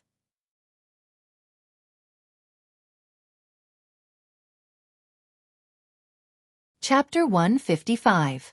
In this situation, Yun Yao and Ji Tianxing didn't even need to communicate. They knew what to do. The only thing they could do was try their best to break through the encirclement. After all, the high priest of the demon race had infiltrated the Sky Pillar sect several times in the past 100 years. Even the many elders in the sect couldn't do anything to him. Although Yun Yao and Bai Wuchen were the elites in the sect, they were only juniors. How could they defeat the high priest of the demon race? At the same time, the high priest and the Blood Moon Infanta moved at the same time. They approached the 3 of them with a murderous aura. Shoo shoo shoo. The soft sound of their footsteps on the grass was like the tolling of the bell of death. It made one's heart tighten. Finally, Yun Yao pulled out her sword and rushed towards the high priestess with a cold expression. She waved her sword and slashed out 49 sword lights. Swish! Swish! Swish! Swish! Every sword gleam was 2 meters long. 49 sword gleams were released at the same time and enveloped the high priest instantly. This was Yun Yao's ultimate sword technique. She clearly used all her strength and didn't hold back at all. The high priest didn't expect her to take the initiative to attack. A mocking sneer appeared in his eyes. He instantly removed the pitch-black whip from his waist. It was suffused with the aura of death. He waved the whip and released a black shadow to block the sword gleams. Bam! Bam! Bam! Amidst a series of muffled sounds, Yun Yao's sword lights collapsed one after another, turning into bits and pieces that dissipated. The high priestess easily blocked her attack and remained unscathed. Not only that, the high priest grinned and sneered silently. He waved the black snake-like whip again and swept it at Yun Yao. Swish! Swish! The black snake-like whip shot out hundreds of black cold stars and enveloped Yun Yao from head to toe. Bai Wuchen's expression changed drastically. His eyes were filled with worry. He drew his sword and rushed forward without hesitation to help Yun Yao block the attack. The 2 of them waved their swords at the same time. Cold sword gleams filled the sky and blocked the hundreds of black cold stars. Ding ding dang dang dang. A burst of crisp sounds burst out, and both of them were shaken to the point that they retreated 10 steps back. Their complexions were pale, and beads of sweat appeared on their foreheads. Hee hee. Since you're here, why don't you stay? The high priest sneered and waved his black snake whip again, attacking Yun Yao and Bai Wuchen. The 2 of them could only fight back with all their might. They unleashed their ultimate sword techniques and fought against the high priest. The 3 of them were all martial Dao experts. Their battle was exceptionally intense. The speed at which they moved and dodged was so fast that no one could see them clearly. Ji Tianxing could only see that a radius of 10 meters had been enveloped by the sword light, like a ball of cold light radiating in all directions. The ball of light was still moving, rushing into the depths of the forest. Wherever it passed, the grass and trees were crushed into pieces, splashing in all directions. Even a Tongxian realm expert wasn't qualified to interfere in a battle of this level. At this moment, the Blood Moon Infanta turned into a black fog, crossed a distance of 100 steps, and appeared in front of Ji Tianxing. She stared at Ji Tianxing coldly. She raised her palms in her sleeves and used 2 huge bloody hands to grab Ji Tianxing's head. Damn demon tribe! Ji Tianxing cursed in his heart. His expression became cold, and his eyes became serious. It's this vicious demoness again. It's this trick again. When he was locked in the narrow stone room in the dark wind cave, he had nowhere to hide. He was almost killed by the Blood Moon Infanta. Today, he fought with the Blood Moon Infanta again, but this time, they were in the forest at the foot of the mountain. The terrain here was more spacious. Moreover, his strength had improved, and he had the black dragon sword in his hand. This time, Ji Tianqing finally had the ability to save his life. "Damn demoness, take my sword!" Ji Tianqing shouted angrily as he drew out his sword and slashed at the Blood Moon Infanta. Swish! The black dragon sword turned into a 3-meter-long snow-white sword radiance, which carried an overbearing and violent power, and slashed at the Blood Moon Infanta fiercely. The Blood Moon Infanta's expression changed immediately. She didn't dare to use her bloody hands to take the sword head-on, and she quickly turned into a black fog and disappeared. "Ha, ha, worm of the human tribe, you are lucky that I didn't kill you last time. Today, you will definitely die." When she finished her words, she appeared behind Ji Tianqing out of thin air, and she easily dodged the black dragon sword's attack. Boom! The black dragon's sword slashed at the forest, and a 5-meter-long ditch appeared on the ground. Countless pieces of soil and grass splashed out, and the ground was shaking. However, the Blood Moon Infanta had attacked him from behind, and she waved her bloody hands fiercely toward his back and head. At this critical moment, Ji Tianqing sensed the imminent danger of death, and his whole body became tense. He didn't have time to turn around, and he used the shadowless step to escape with all his might. However, he was one step too slow, and his back was hit by the bloody hands with a bang. Puff! He immediately spat out a mouthful of blood, and his body was sent flying, and he crashed into the forest 10 meters away. Fortunately, he dodged in time, and he only suffered 60% of the power of the bloody hands. The ice hornless armor he was wearing had also blocked most of the power for him, which had saved his life. Only his internal organs had been injured. Swish! When he just got up from the ground, the Blood Moon Infanta rushed toward him again, and she raised her bloody hands to slap him fiercely. At this critical moment, Ji Tianqing could only use his trump card. Wind and Thunder Strike. He activated 2 half-meter-long sword chi, and used all his strength to slash at the Blood Moon Infanta. The 2 sword chi lit up with a dazzling golden light, and they rolled up a violent hurricane, and turned into a half-meter-long lightning bolt, which struck down with a loud bang. Boom! The violent lightning bolt shattered the Blood Moon Infanta's bloody hands on the spot. She was forced back 3 steps, and her eyes were filled with astonishment. Taking advantage of this opportunity, Ji Tianqing didn't want to continue the fight, and he used the shadowless step to escape without hesitation. Unfortunately, the gap between his strength and the Blood Moon Infanta's was too big, and there was at least a gap of 1 realm between them. The Blood Moon Infanta came to herself, and her body flashed, and she caught up with him. Before he could react, the Blood Moon Infanta slapped his back, and he was sent flying. Boom! Ji Tianqing spat out a mouthful of blood again, and he fell into the forest 10 meters away. This time, his injuries were worse, and his internal organs were even more injured. Blood kept dripping from the corners of his mouth, and his internal organs were in severe pain, as if they were cut by knives. He couldn't use any genuine vitality.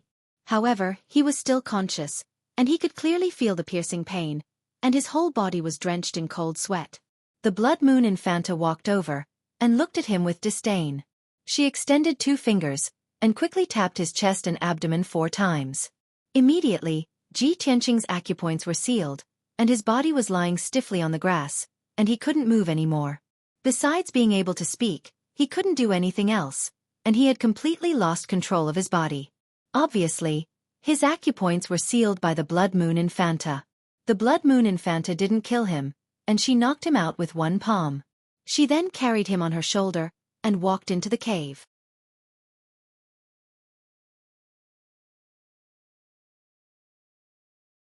Chapter 156. Yun Yao and Bai Wuchen fought the high priest with all their might for hundreds of moves. 15 minutes later, the 3 of them went from the entrance of the demon cave to the depths of the forest. The battlefield had shifted nearly 1,000 meters away. Wherever the 3 of them went, they left behind a 1,000-meter-long ditch. The grass and trees nearby were all twisted into pieces. Yun Yao and Bai Wuchen were the elite geniuses of the Sky Pillar sect and had extraordinary strength. However, the high priest of the demon clan was a powerhouse that gave the elders a headache. How could the 2 of them be a match for him? After hundreds of moves, Yun Yao and Bai Wuchen had suffered serious injuries. Their bodies were covered with crisscrossing wounds. Blood gushed out and dyed their white robes red. It was a ghastly sight. Not only that, the two of them had used up a lot of their true essence. Their faces were very pale, and their combat power had weakened rapidly. They only had 50% of their strength left. However, the high priest was unscathed. His attacks were still violent and strange. It seemed that he had an endless supply of true essence. He stepped on the ground barefoot and waved the black snake whip in his hands. He shot out black sword chi that covered the sky and attacked Yun Yao and Bai Wuchen respectively. The two of them were forced to retreat. They could only block with their swords. After a series of clanking sounds, Yun Yao and Bai Wuchen were sent flying and fell into the forest. The high priest ignored Bai Wuchen and chased after Yun Yao with a sneer on his face. He. Chick, you must be Yun Yao, the chief disciple of the Sky Pillar sect, right? He, the #1 genius of the Tianqian region and the future successor of the sect master. If I capture you, the Sky Pillar sect will exchange some important treasures with me, right? As he spoke, he waved the black snake whip again and shot out hundreds of black cold stars toward Yun Yao. Although Yun Yao's injuries were very serious, she was surrounded by hundreds of cold stars and had nowhere to run. However, she still refused to give up. She shouted angrily with a cold face. You damn demon! Even if I die here, I will never let the sect be threatened by you. With an angry roar, she used the last of her strength to slash out 49 sword rays. Ding ding dang dang dang. The sword aura collided with the many black cold stars, producing a crisp sound of collision. A violent and raging force burst forth, creating a hurricane in the forest. However, she was already an arrow at the end of its flight and her attack power was limited. She could not block the high priestess attack at all. The 49 sword auras were all destroyed, but more than half of the black cold stars were still flying towards her. She was about to be turned into a sieve by the dense rain of black cold stars. She would either be seriously injured and unconscious, or be killed on the spot. At this critical moment, a dazzling golden light suddenly flashed from the side, followed by a voice full of worry. Eldest senior sister. Be careful. Without a doubt, the person who rushed over to save her was Bai Wuchen. Although Bai Wuchen was severely injured, he still used the Arcanum Treasure Pagoda. Under his control, the Xueqi Pagoda grew to the height of a person. It shone with a dazzling golden light that enveloped him. Swoosh! With the protection of the Arcanum Treasure Pagoda, he rushed to Yun Yao in an instant and helped Yun Yao block dozens of black cold stars. Bam bam bam bam. Dozens of black cold stars hit the Arcanum Treasure Pagoda, causing the golden light shield to tremble and ripple. However, the golden light shield was not damaged. It actually blocked the high priestess attack. Eldest senior sister, let's go. In the next moment, Bai Wuchen rushed to Yun Yao's side. The Arcanum Treasure Pagoda's golden light shield also enveloped her. Before the high priestess could react, Bai Wuchen used a secret technique to control the Arcanum Treasure Pagoda and flew out of the forest. The golden light shield protected him and Yun Yao as they flew high into the sky. Like a shooting star, they streaked across the sky and flew into the distance. The Arcanum Treasure Pagoda's speed was extremely fast. In just a few breaths, it disappeared into the horizon. The high priestess did not chase after them. After all, he had not reached ethereal cultivation. He could not form wings with his ethereal force to fly in the sky. He stood in the forest and looked up at the sky. When he saw the Arcanum Treasure Pagoda carrying Yun Yao and Bai Wuchen away, his eyes flashed with hatred. Damn it! I can't believe I let them escape. The next time I see them, I'll definitely kill you. The high priestess muttered in a cold voice. Then, she put away the black snake whip and walked toward the entrance of the demon cave. With the Arcanum Treasure Pagoda protecting Yun Yao and Bai Wuchen, they flew across the dark sky and landed on a mountain peak. In the forest on the mountain peak, a gigantic spirit crane and a ferocious silver moon wolf were crouching. Swoosh! In a flash of golden light, the two of them landed on the grassland on the mountain peak. Bai Wuchen's face was pale. Cold sweat broke out on his forehead. Although the Arcanum Treasure Pagoda was a powerful treasure, it consumed a lot of his spiritual consciousness and ethereal force to control it. He quickly put away the Arcanum Treasure Pagoda and leaned against a tree to catch his breath. He took out a pill and put it into his mouth to recover his strength. Yun Yao also didn't care about treating the injuries on her body. After taking a healing pill, she looked around worriedly. Where's junior brother Tianqing? Why didn't he escape? Bai Wuchen was startled. He looked around, but he didn't see Ji Tianqing anywhere. He frowned and tried to recall. Then he said in a low voice, I remember now. When we were fighting with the High Priestess, Ji Tianqing seemed to be fighting with the demonic woman. With his strength, there's no way he can defeat the demonic woman. Now, he must have been killed by the demonic woman. Even if he's not dead, he must have been captured. Upon hearing this, Yun Yao frowned. Her eyes were filled with worry and anxiety. No. We came here to carry out the mission together. We have to go back together. We can't leave him behind. We have to go back and save him. As she spoke, Yun Yao picked up her sword and was about to go down the mountain to save Ji Tianqing. Bai Wuchen pulled her back and said seriously, Eldest senior sister, don't be rash. You have personally experienced how powerful the high priest of the demon race is. We used the power of the Arcanum Treasure Pagoda to escape from her clutches. If you go back to save Ji Tianqing now, won't you be walking right into a trap? Seeing that Yun Yao was silent, he said in a low voice, Eldest senior sister, you know how important this mission is to our sect. We have to put the mission first. Ji Tianqing is most likely dead now. What's the point of you going back?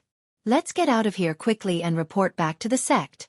As he said this, he thought to himself, Eldest senior sister and I are both elite geniuses in the sect. No matter who dies, it'll be a big loss to the sect. Ji Tianqing is just an outer disciple. If he dies, so be it. He's not worth our lives to save. However, Yun Yao took out the crystal ball containing Ji Ling's soul from her jade ring and handed it to Bai Wuchen.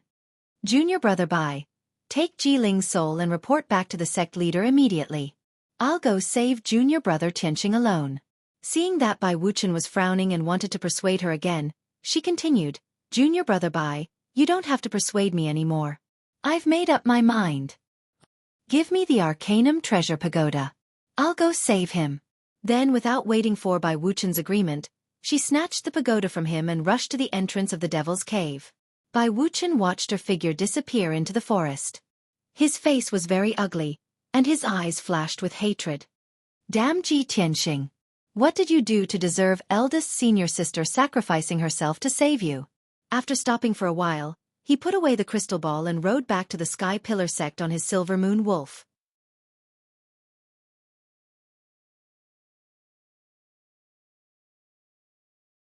Chapter 157. After an unknown amount of time, Ji Tianqing slowly woke up. He slowly opened his eyes and saw that he was lying on the cold floor. It was a dimly lit secret room filled with a stench of blood and corruption. Using the dim light from the stone lamp in the corner, he looked around and saw his surroundings clearly. He was alone in the secret room and had set up a powerful array. The sharp pain from his internal organs made his breathing painful. There were still traces of blood in his nose and mouth, and there was a strong smell of blood. He wanted to heal himself, but several of his meridians were sealed and he could not use his vital core. Although he could move freely, his vital core was sealed and he could not break the array in the secret room. It was impossible for him to escape. He sat on the cold floor and frowned. The despicable demoness did not kill me but locked me in this secret room? What is she trying to do? After thinking for a while, he still could not figure out the demoness' intention. He could not guess what would happen next and what his fate would be. Ji Tianqing calmed down and silently observed the secret room. He also listened to the sounds outside. However, there was nothing in the secret chamber. Nothing could be seen, and the outside of the secret chamber was also silent. In the darkness and silence, Ji Tianqing was unusually calm as he pondered silently. I don't know what time it is. Have Yun Yao and Bai Wuchen escaped? They are both the elite geniuses of our sect. They should be fine, right? No, I can't just sit here and wait for death. I have to find a way to escape. To escape from the secret room, he had to break the seal on his meridians and recover his vital core and strength. Then, he had to break the array in the secret room. However, he was stumped at the first stage. The demoness used a secret technique to seal his meridians so that he could not use his vital core. He thought hard for a long time and tried many ways to break the seal, but he could not do it. The Demoness had sealed his meridians with a very strong power. Even a mystic comprehending realm expert could not break it. Ji Tianxing could only place his hopes on the sword embryo and pray that it could create a miracle. He tried to activate the sword qi, and after a few tries, he finally managed to activate 2 toothpick-like sword qi. Although his acupoints were sealed and his true essence could not flow through his meridians and acupoints, he was still able to control his true essence. However, the 2 streaks of sword qi were able to move slowly towards the sealed acupoints. Next, Ji Tianxing began to manipulate the 2 sword qis, carefully attacking the sealed acupoints. Although this process was very painful, it was as if he was holding a knife and continuously cutting his own flesh. However, his strength was too low and he could not directly unseal his acupoints. This was the only way. Unknowingly, an hour had passed. Ji Tianxing endured a great deal of pain and finally unlocked the first acupoint. Great! My sword qi can indeed unseal acupoints. His spirits were lifted, and he continued to manipulate the sword qi to attack the second sealed aperture. Another hour passed, and the second acupoint was unlocked. Ji Tianxing's mind was greatly exhausted, and the great pain made him break out in a cold sweat. However, he did not stop and started to unseal the third and fourth acupoints. Soon, 4 hours had passed. The 4 acupoints that were sealed by the Demoness had finally been unlocked. When all the acupoints were unlocked, the true core energy in Ji Tianxing's body started to flow again, just like a blocked pipe being unblocked. He stood up and moved his sore and numb body to check his injuries. He took out an elixir from his 100 treasures brocade pouch and consumed it. He circulated his qi to refine the elixir and silently treated his injuries. Then he carefully observed the array in the secret room, trying to break the array. However, at this moment, he suddenly caught a glimpse of a wisp of gray fog floating in the corner of the secret room. The secret room was dimly lit, so he could not see clearly. Therefore, he did not pay much attention to it and continued to observe the array. However, a weak old man's voice suddenly rang out, clearly imprinted in his mind. "Boy, are you a descendant of the Ji family?" Ji Tianxing was stunned. He turned his head to look at the gray fog in the corner. He walked closer to take a look and found that the gray fog was the same as the souls sealed in the crystal ball. Swoosh! The gray fog rolled a few times and immediately turned into a palm-sized old man in a blue robe, floating in front of him. Ji Tianxing could not help but frown. He muttered doubtfully, "Didn't senior sister save the sealed souls? Why is there another one here?" He suddenly remembered that when Bai Wuchen was saving the soul in the last crystal ball, the demon guards rushed into the secret room. Then, they fought with the devil race guards and hurriedly fought their way out of the secret chamber. Bai Wuchen seemed to have only broken half of the array in the last crystal ball. Thinking of this, Ji Tianxing suddenly understood everything.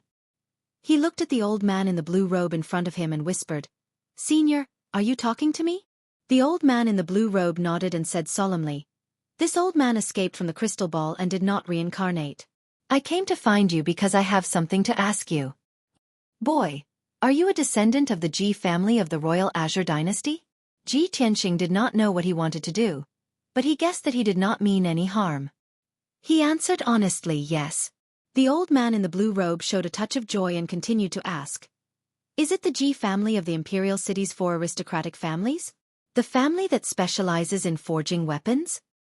"Of course." Ji Tianxing nodded and asked, "Senior, do you know the Ji family?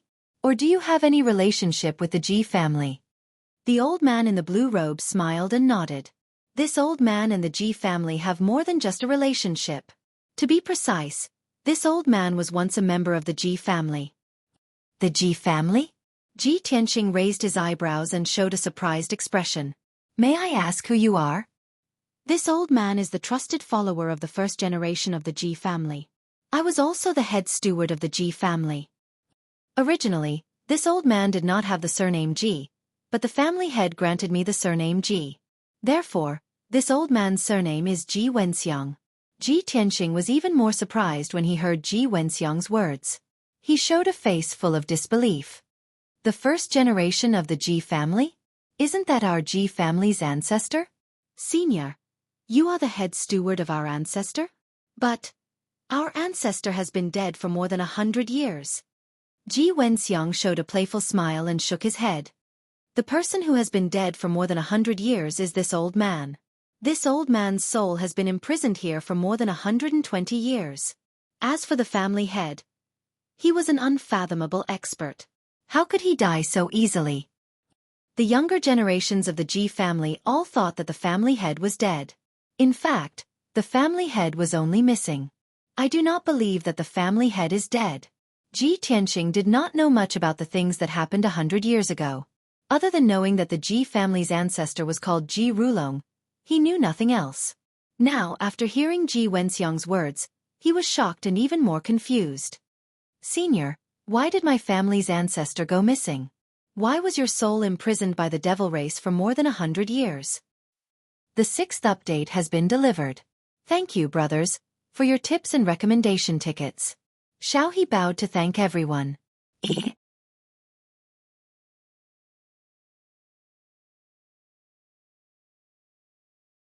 Chapter 158. Although Ji Wenxiang's soul had been imprisoned for more than 100 years and was already very weak, the memories of the past were still fresh in his mind. He answered without hesitation, "The experts of the demon race have long wanted to deal with the family head. They wanted to force the family head to tell them the whereabouts of the heavenly star pearl.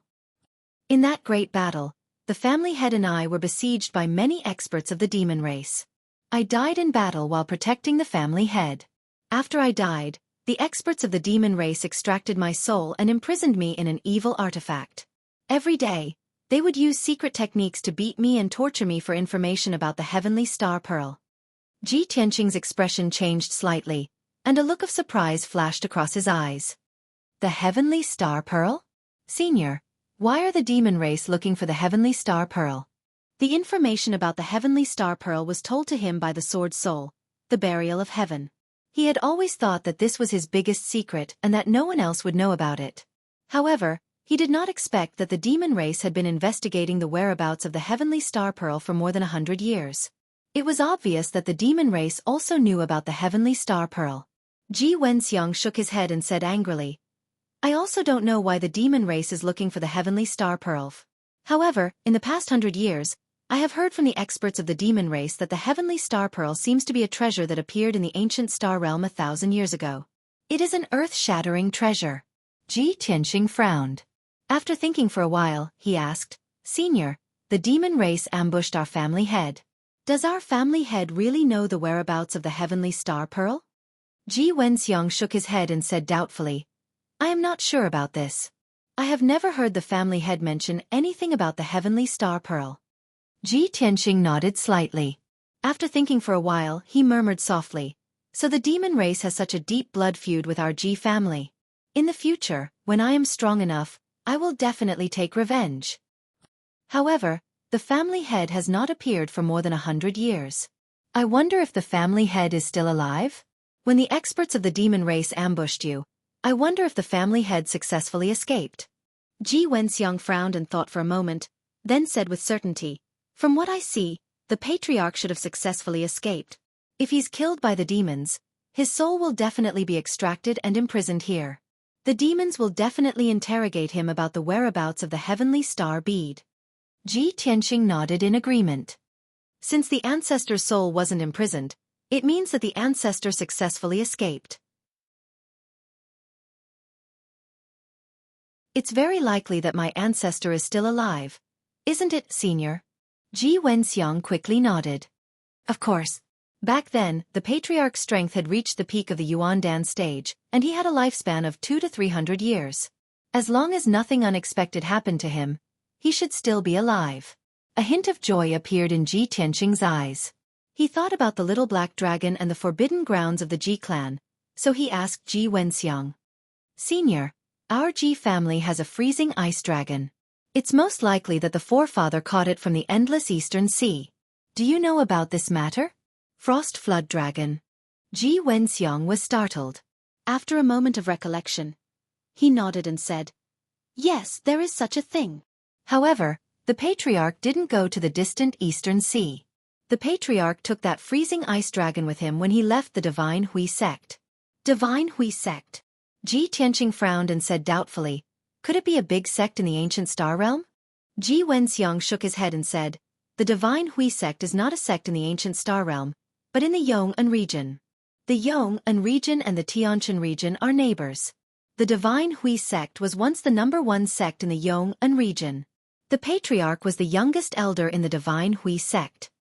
He was extremely powerful and skilled in the art of forging. He was quite famous in the entire Yong'an region." After the great change in the Divine Hui sect, the patriarch took the freezing ice dragon and left the sect. He came to the Qingyun country in the Tianquan region and founded the Ji family. "I see. Yong'an region.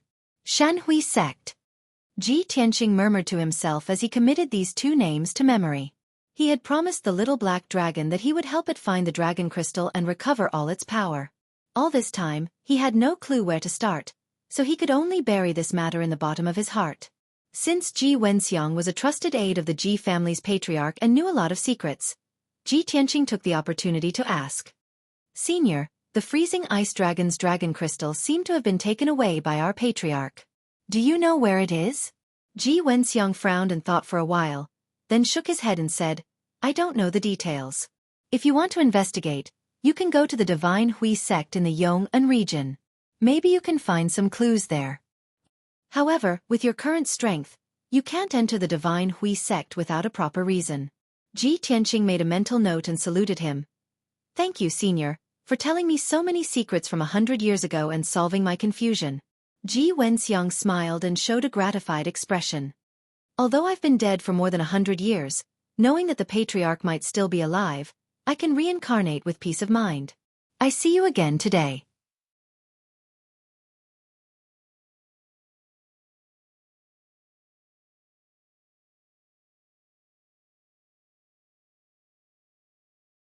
Chapter 159. In the depths of the demon cave, in a spacious and dark secret chamber, demons and ghosts were carved on the walls, and 8 stone lamps were lit in the 4 corners, emitting a dim yellow light. Many gems were inlaid on the ceiling, and they shone brightly as if they were forming some kind of array diagram. In addition to the cold and bloody aura in the secret chamber, there was also a mysterious aura. In the middle of the secret chamber, there was a blood pool with a radius of more than 10 meters. The pool was filled with dark red blood, and under the stimulation of the power of the formation, it was constantly flowing and surging. There was a statue in the middle of the blood pool. It was a devil with black wings, for thick arms, and a green face and fangs. The power of the entire blood pool was constantly converging on the statue, causing the black statue to faintly emit a bloody light. At this moment, the Blood Moon Infanta and the High Priest were standing at the edge of the blood pool and talking in a low voice. The High Priest said in a cold tone, "Blood Moon Infanta, I just went to the soul cell to check. More than 30 soul-binding chains were all severed, and the 39 souls that we imprisoned there were all rescued by those bastards from the Sky Pillar sect. That kid called Ji Ling was also rescued by the Sky Pillar sect disciples." The Blood Moon Infanta's blood-red eyes were filled with intense anger and killing intent. She furrowed her brows and gritted her teeth as she cursed, "Those damned Sky Pillar sect disciples. They actually snuck into the soul cell while we were out and released so many souls. Those are the souls that we have plundered for the past 100 years. Most of them have some clues and secrets. Ji Ling's soul is related to the Sky Pillar sect's sealing array. We didn't even get the information about the sealing array, and Ji Ling's soul was rescued. Damn it! Damn it! If I catch them again, I will definitely refine them into blood and imprison their souls forever." The Blood Moon Infanta became angrier as she spoke. She was so angry that her body trembled, and she subconsciously slapped the blood pool under her feet. Bang! With a muffled sound, a 3-meter-tall wave swept up in the blood pool, and countless dark red blood droplets splashed out. The High Priest frowned and hurriedly crossed his arms over his chest, bowing to the statue in the blood pool in a strange manner. As he bowed, he also prayed a few words, which seemed to be some kind of scripture or incantation. After praying, he looked at the Blood Moon Infanta and said in a solemn tone, "Your Highness, please restrain your anger. Don't be disrespectful to the statue of the Demon Emperor." The Blood Moon Infanta was startled for a moment. Then, a look of shame and self-blame appeared on her face. She also crossed her arms and covered her chest, bowing to the statue of the Devil Emperor in the blood pool. She recited an incantation and apologized repeatedly. A moment later, the Blood Moon Infanta finished her prayer and said to the High Priest in a deep voice, "High Priest, I will personally lead a team of warriors to infiltrate the Sky Pillar sect again and take back Jiling's soul. Only by getting the secret of the sealing formation out of him can we save His Majesty as soon as possible." However, the High Priest shook his head and rejected her idea. "Your Highness, the Sky Pillar sect is already on guard and will definitely strengthen their defenses. You'll only be throwing your life away if you sneak into the Sky Pillar sect with your warriors. Not to mention, we have more important things to do. Investigating the heavenly star bead is far more important than investigating the sealing formation." The Blood Moon Infanta frowned, and a look of doubt appeared in her eyes. "Investigating the heavenly star bead now? How? Those souls in the soul prison have all been rescued. It's impossible for us to find any clues quickly." The High Priest smiled and said in a playful tone, "Didn't you capture a disciple of the Sky Pillar sect yesterday evening?" The Blood Moon Infanta frowned and said with a look of contempt, "That human brat? He's so weak, and he's not even 20 years old. How could he know about the heavenly star bead?" The High Priest sneered and asked, "Blood Moon Infanta, you shouldn't have forgotten the first time we met that brat when we infiltrated the Sky Pillar sect a few days ago, right? Although he was as weak as an ant, a mysterious black hole suddenly appeared beside him and sucked away 60% of your power." The Blood Moon Infanta's expression became unnatural when this matter was mentioned. Her eyes were filled with shame and anger. "Humph. That damn brat must have some secret treasure to protect himself. Otherwise, with his strength, he would have been smashed into meat paste by me." The High Priest said with a smile, "You're right. He does have a secret treasure. When I rescued you, I sensed a mysterious and ancient aura in that black hole. According to the information left by the Demon King, that mysterious aura was very similar to the heavenly star bead." The Blood Moon Infanta frowned in doubt. "Why does that brat have the aura of the heavenly star bead?" The High Priest said calmly, "We'll only know after we investigate that brat. Although he's very weak, he might be related to the heavenly star bead. If we can use him, we'll have a chance to find the heavenly star bead. As long as we find the heavenly star bead, we'll be able to find Kenshin's tomb. Our clan will be able to rise again and be more prosperous than 1,000 years ago. At that time, let alone a mere Tianqian region, our clan will be able to control the entire continent." The High Priest fantasized as he spoke. He became more and more excited, and his tone became more and more high-pitched. His eyes shone brightly. The Blood Moon Infanta frowned and became more and more confused. "High Priest, we only need to break the seal of the Sky-bearing sect and rescue the Demon King. At that time, as long as we use the heavenly star bead to help the Demon King recover his vitality, our clan will be able to take revenge and easily control the Tianqian region. Isn't this what we've been working hard for? Why do we have to look for Kenshin's tomb? What does the Kenshin's tomb have to do with our clan's revival?" The High Priest looked at her deeply and chuckled. "Haha, Your Highness, you're still too young and know too little. It seems that the Demon King hasn't told you about the ancient legend of our clan." "What ancient legend?" The Blood Moon Infanta stared at the High Priest. Her heart was filled with doubt, shame and anger. The High Priest's attitude made her feel that her dignity and status were being challenged and looked down upon. That legend was spread from 1,000 years ago. The High Priest looked at the Demon King's statue in the blood pool. His eyes were filled with reminiscence as he spoke slowly in a low voice. "Blood Moon Infanta, you should know that our clan's constitution is different from that of the human clan. Our body structure is also different.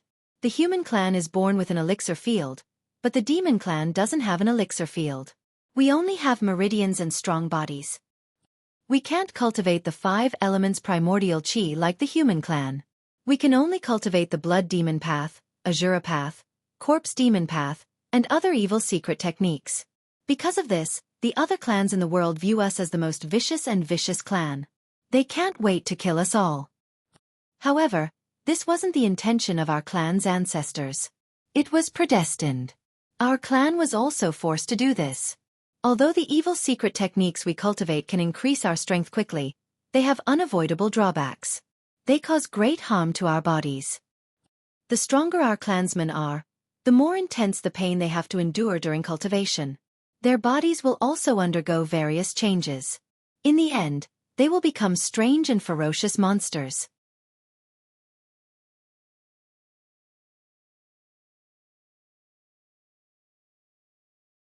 Chapter 160.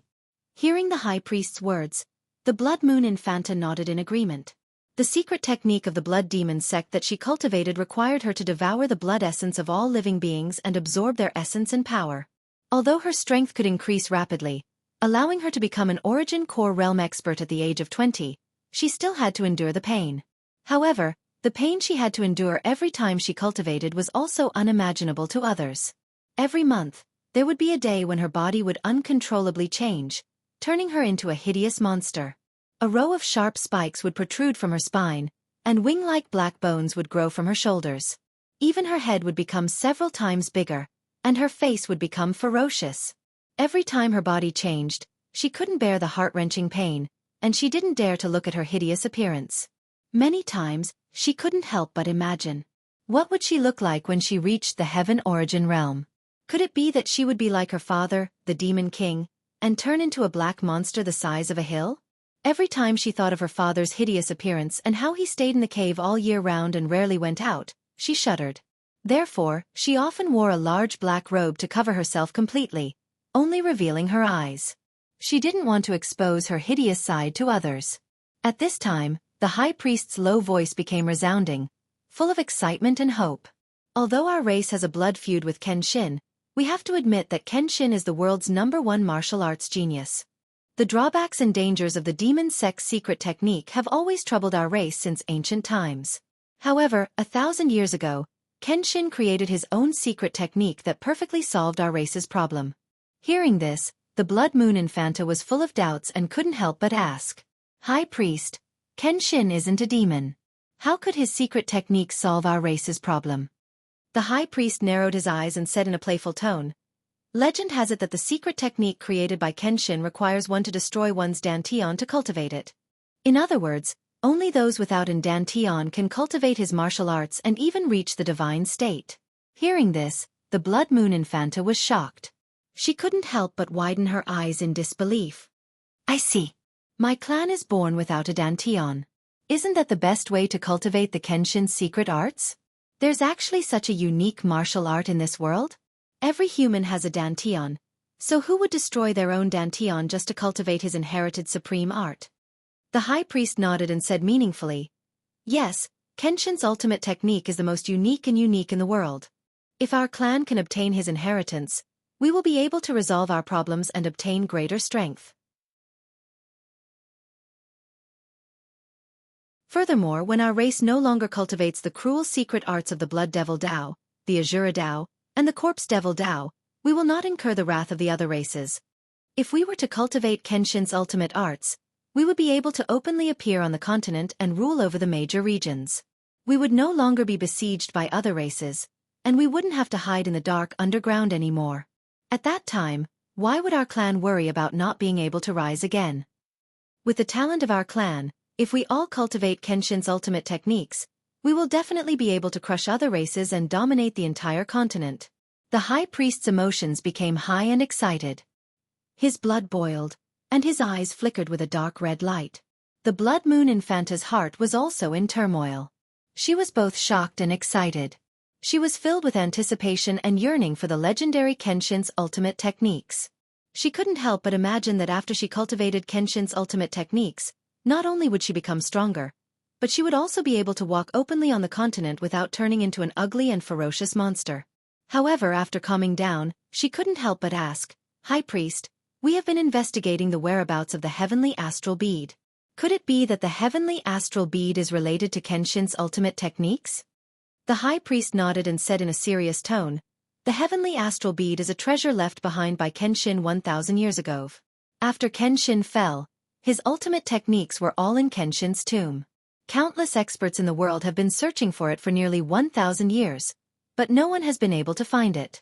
However, as long as we find the Heavenly Astral Bead, we can use it to sense the whereabouts of Kenshin's tomb.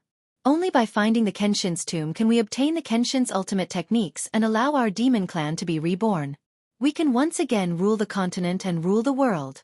Hearing this, the Blood Moon Infanta finally understood. No wonder her father spent hundreds of years to find the Heavenly Astral Bead. She frowned and pondered for a while before saying seriously, "High Priest, since this is the case, I will temporarily ignore Jiling's soul. Let's go and investigate that human brat first. I hope he can really help us find the heavenly astral bead.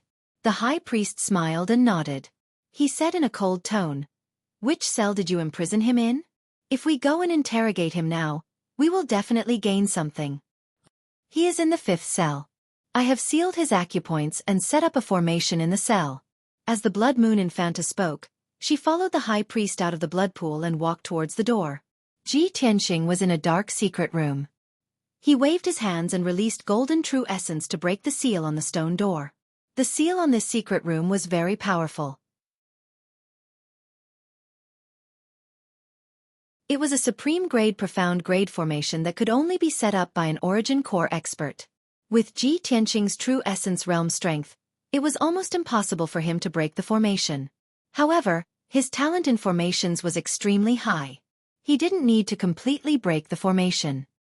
He only needed to break the formation on the stone door, and it would be enough for him to escape. Since 2 hours ago, he had been concentrating on breaking the formation.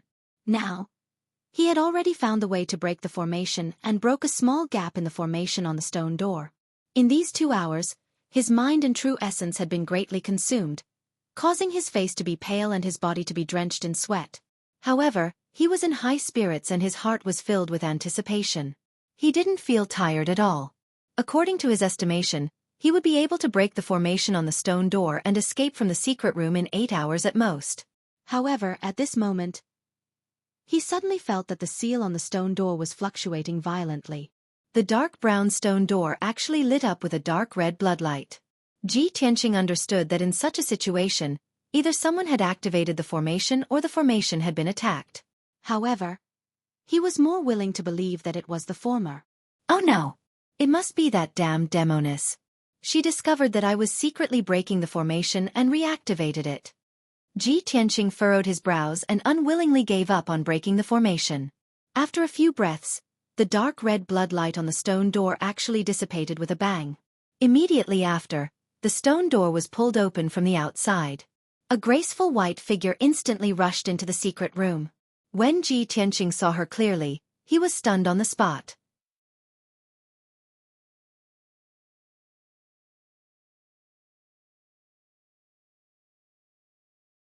Chapter 161. Without a doubt, this woman in a white dress was Yun Yao. Ji Tianqing never expected that Yun Yao, who had escaped from the demon cave, would actually return. "Eldest senior sister. Why did you return?" Yun Yao's cold and worried expression eased when she saw that he was safe and sound. "I came back to save you." She didn't have time to explain anything. She only said a few short words before she pulled Ji Tianqing and rushed out of the secret room. Ji Tianqing's body shook, and a warm current flowed through his heart. He and Yun Yao were very clear about how dangerous this demon cave was. Yun Yao had clearly escaped from the clutches of the demon cave, and she was covered in injuries. Under such circumstances, Yun Yao still came back to save him without any regard for her own safety. How could he not be touched by such deep friendship? He simply couldn't believe that he was so important to Yun Yao that she would risk her life to save him. As he followed Yun Yao out of the prison cell and shuttled through the dark tunnel, he didn't forget to thank Yun Yao sincerely. "Eldest senior sister, thank you," Yun Yao said calmly. "I invited you to help me complete the mission. Of course I won't leave you behind." In a moment, the two of them rushed out of the dark tunnel and entered the huge empty cave. Yun Yao identified the direction and was about to run towards the exit with Ji Tianqing. At this moment, a stone door not far away opened. The Blood Moon Infanta and the High Priest, who were dressed in black robes, walked out of the stone door. The two of them were about to head towards the prison cell where Ji Tianqing was imprisoned when they suddenly saw Yun Yao and Ji Tianqing. Their expressions changed instantly, and a cold light and murderous intent flashed in their eyes. "Damn bastard! How dare you come back to save him? You're courting death!" The High Priest roared furiously. His figure turned into a black mist and pounced toward Yun Yao and Ji Tianqing. The Blood Moon Infanta also followed closely behind. She turned into a black shadow and rushed towards Ji Tianqing as fast as lightning. "Brat, you think you can escape after entering the Devil's Cave? In your dreams." She had originally wanted to kill Ji Tianqing. Now that she knew that Ji Tianqing was related to the Heavenly Star Bead, there was no way she would let Ji Tianqing go. Swoosh! Swish! In the blink of an eye, the High Priest and the Blood Moon Commandery Princess had arrived in front of Yun Yao and Ji Tianqing and launched an attack using Devil Dao secret techniques. Yun Yao and Ji Tianqing's expressions also became extremely ugly. Their eyes were solemn. At the critical moment, Yun Yao pushed Ji Tianqing away without hesitation and pushed him towards the exit of the Devil Cave. "I'll block them. Hurry up and leave." As she spoke, she waved her sword and sent out a sky full of sword radiance toward the High Priest and the Blood Moon Commandery Princess. A total of 49 sword radiances flickered with cold light, illuminating an area of dozens of meters and creating a terrifying hurricane. The High Priest untied the black snake whip from his waist and sent out a sky full of black light blades to block all 49 sword radiances. The black light blades and the sword radiances collided, creating a series of loud bangs that reverberated in the spacious cave. Ji Tianqing was pushed to the exit of the Devil Cave by Yun Yao, but he turned around and rushed back to her side without hesitation. "Eldest senior sister, let's leave together. You won't leave me behind, and I won't abandon you and run away." After speaking, he pulled out the black dragon sword and slashed at the Blood Moon Commandery Princess with all his strength. Swoosh! The 3-meter-long snow-white sword radiance slashed at the Blood Moon Commandery Princess' head with an overbearing power. The Blood Moon Commandery Princess used a Blood Devil Dao secret technique to form a pair of huge blood hands and blocked the attack with all her strength. Bam! Bam! The snow-white sword radiance collapsed, and her pair of blood hands were also chopped into pieces. However, she was not injured at all. She used the Devil Dao again and formed another pair of blood hands. She slapped at Ji Tianqing fiercely. Ji Tianqing hurriedly used the shadowless step to retreat and counterattacked with the black dragon sword at the same time. Not far away, Yun Yao was fighting fiercely with the High Priest. She was also retreating while fighting. She didn't want to fight the High Priest head-on. She used all her strength to avoid the High Priest's attacks. She only used all her strength to block the High Priest's attacks when she couldn't. After 10 breaths, Yun Yao and Ji Tianqing were about to retreat to the exit of the Devil Cave. At this moment, Yun Yao formed a sword art with her left hand and waved her ice-cold sword with her right hand. 5 huge sword radiances were brazenly slashed out. Each sword radiance was 5 meters long and carried a terrifying power that could shatter heaven and earth. They fiercely slashed at the High Priest and the Blood Moon Commandery Princess. When she used this sword technique, her power was pushed to the limit. Her white dress fluttered in the wind, fluttering in the wind. Her pretty face, which was as pale as a sheet of paper, also showed an abnormal flush of red. Obviously, this was her ultimate killing move. After using it, her power would drop greatly. Therefore she would not use it easily. Heavenly Star 5 Swords. 5 shocking sword radiances cut through the dark night sky like 5 thunderbolts. They were extremely violent. The Blood Moon Commandery Princess did not dare to take them head-on. She immediately retreated and dodged. Even the High Priest, who was the strongest among them, had a serious expression. He waved the black snake whip with all his strength and struck out hundreds of black sword radiances to resist with all his might. Bam! Bam! Bam! Bam! Bam! Countless black sword radiances were shattered and exploded into clouds of black fog, causing the black fog within a radius of 10 meters to surge. The shocking sword radiances slashed on the ground and actually cut a 10-meter-long and half-meter-wide trench in the rocky ground. Dust and gravel flew up into the sky. Yun Yao did not expect the Heavenly Star 5 swords to defeat the High Priest and the Blood Moon Commandery Princess. She only hoped to force them to retreat temporarily and win a chance to escape. "Let's go!" While the High Priest was resisting the sword radiances, she immediately pulled Ji Tianqing and rushed out of the exit. They ran madly in the dark tunnel. Both of them unleashed their last bit of potential and rushed out of the tunnel at the fastest speed. They rushed out of the cave outside the mountain. In less than 15 minutes, Ji Tianqing and Yun Yao rushed out of the dark tunnel and returned to the forest at the foot of the mountain. However, the High Priest and the Blood Moon Commandery Princess chased after them just as they rushed out of the Devil Cave. "Little bastard! Don't even think about escaping." The High Priest was the first to catch up with Ji Tianqing. He waved the black snake whip in his hand and struck out hundreds of black light blades. They enveloped Ji Tianqing. Seeing this, Yun Yao rushed in front of Ji Tianqing without hesitation and waved her sword to help him block the attack. Bam! Bam! Bam! With a muffled sound, Yun Yao was sent flying. She spat out a mouthful of blood and fell into the bushes 10 meters away.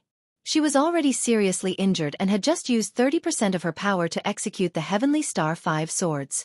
Now, she was already an arrow at the end of its flight and was extremely weak.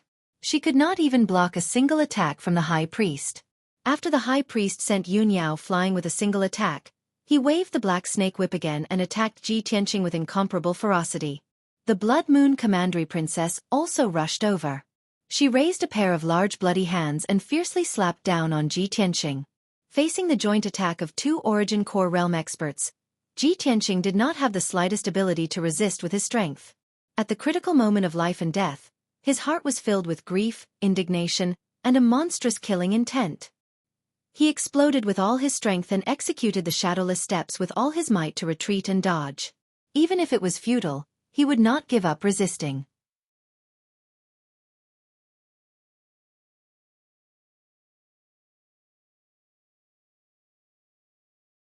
Chapter 162.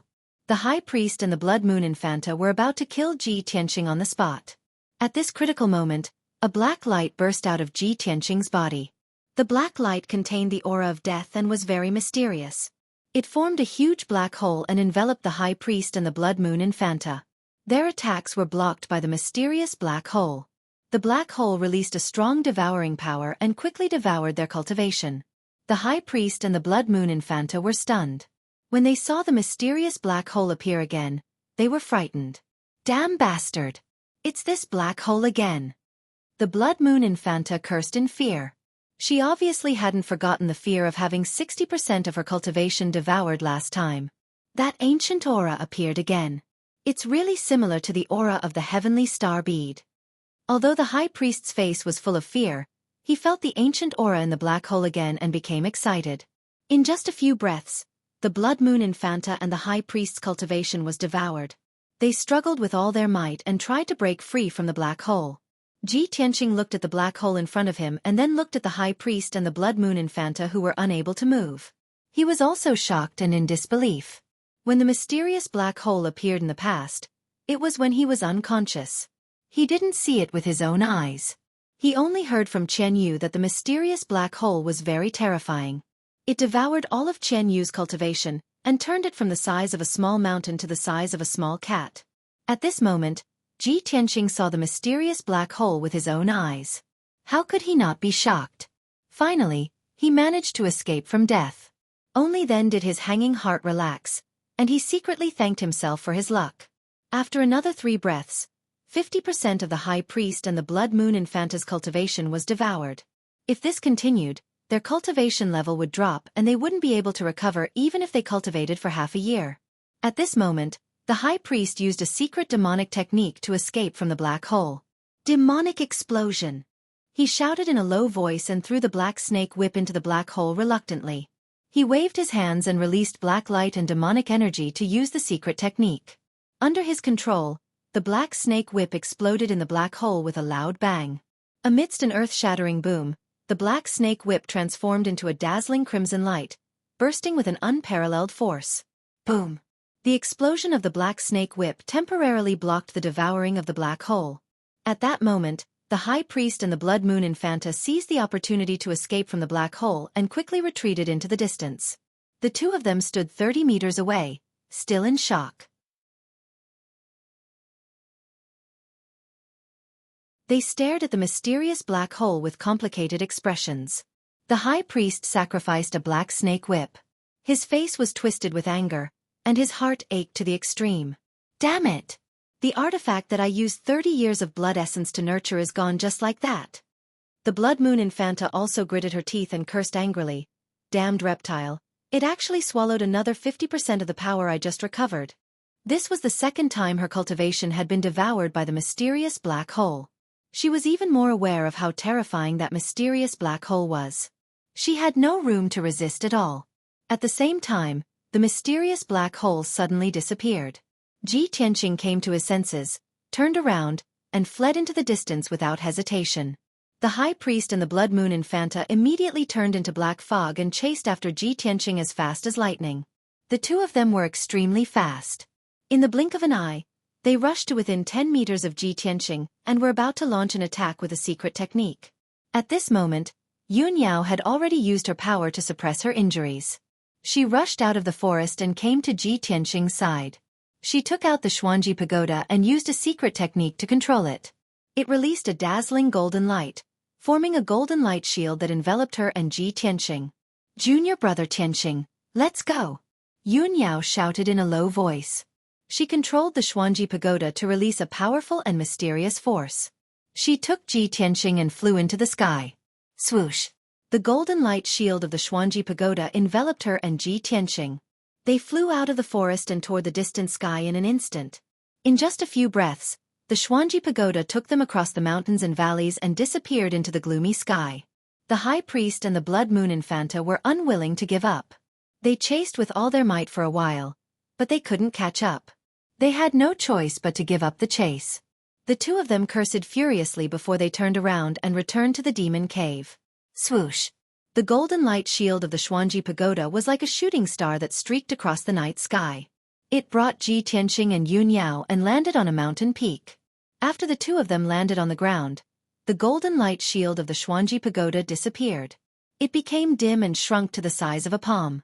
Yun Yao's injuries were extremely severe. When she controlled the Xueqi pagoda just now, she finally used up the last trace of vital essence in her body. After her feet landed on the ground, her body went limp and she fell into a coma on the grass. "Senior sister, what happened to you?" Ji Tianqing hurriedly held her in his arms and called out to her worriedly. However, Yun Yao's eyes were tightly shut. She was severely injured and unconscious. She was completely unconscious. Ji Tianqing hurriedly took out a healing elixir from his 100 treasures brocade pouch and gently placed it in her mouth. He then pressed his palm against Yun Yao's palm and transferred his vital essence into her body to help her refine the elixir. After doing all this, he could only pray silently that nothing would happen to Yun Yao. He hoped that she would wake up as soon as possible. He raised his head and looked at the sky. It was the darkest moment before dawn. It's going to be dawn soon. I have to bring senior sister and leave this place as soon as possible. Otherwise, we'll be dead if the demons come after us. At the thought of this, he hurriedly carried Yun Yao on his back and shuttled through the forest on the mountain peak to find the whereabouts of the spirit crane. He clearly remembered that Yun Yao and Bai Wuchen had left the spirit crane and the silver moon wolf on this mountain peak. The silver moon wolf might have been ridden away by Bai Wuchen, but the spirit crane might still be here. However, after searching around the mountain peak, he still couldn't find the spirit crane. The spirit crane must have flown away long ago, right? Even if I have to run on my feet, I'll carry senior sister back to the sect. Ji Tianqing made up his mind. He carried Yun Yao on his back and ran wildly through the forest, heading back in the direction of the Sky Pillar sect. Not long after, the darkness between heaven and earth dissipated, and a trace of white appeared on the horizon. A new day had arrived, and the sun was about to rise. Although Yun Yao wasn't seriously injured, Ji Tianqing was also seriously injured. He didn't have much vital essence left in his body. He carried Yun Yao and ran wildly over the mountains. He was still panting from exhaustion, and his vision was blurry. However, he gritted his teeth and persevered. He refused to stop even if he was drenched in sweat. He continued to run through the forest. It wasn't until 2 hours later that he had crossed several mountains and was far away from the Devil's Cave that he stopped to rest for a while. He ate 2 spirit fruits that could recover his vital essence. Only then did he regain some strength. Then, he carried Yun Yao on his back and continued to run. From the time he met Yun Yao until now, he had never been so close to Yun Yao. Yun Yao was lying on his back, unconscious. Her body was pressed tightly against his. He could clearly feel Yun Yao's graceful figure and smell the natural fragrance emitted from her body. This made him feel a strange feeling in his heart. He thought to himself, other than me, I'm afraid no one else has been so close to Yun Yao, right? Soon, another 2 hours had passed, and the sun had risen to the sky. Ji Tianqing was running through the vast mountain range. He climbed over a mountain that was thousands of feet high. When he reached the foot of the mountain, he met 2 young men in white robes on a grassland. The 2 young men had imposing appearances. Their white robes were of the same style, and they carried swords on their backs. They exuded the confidence and arrogance unique to sect disciples.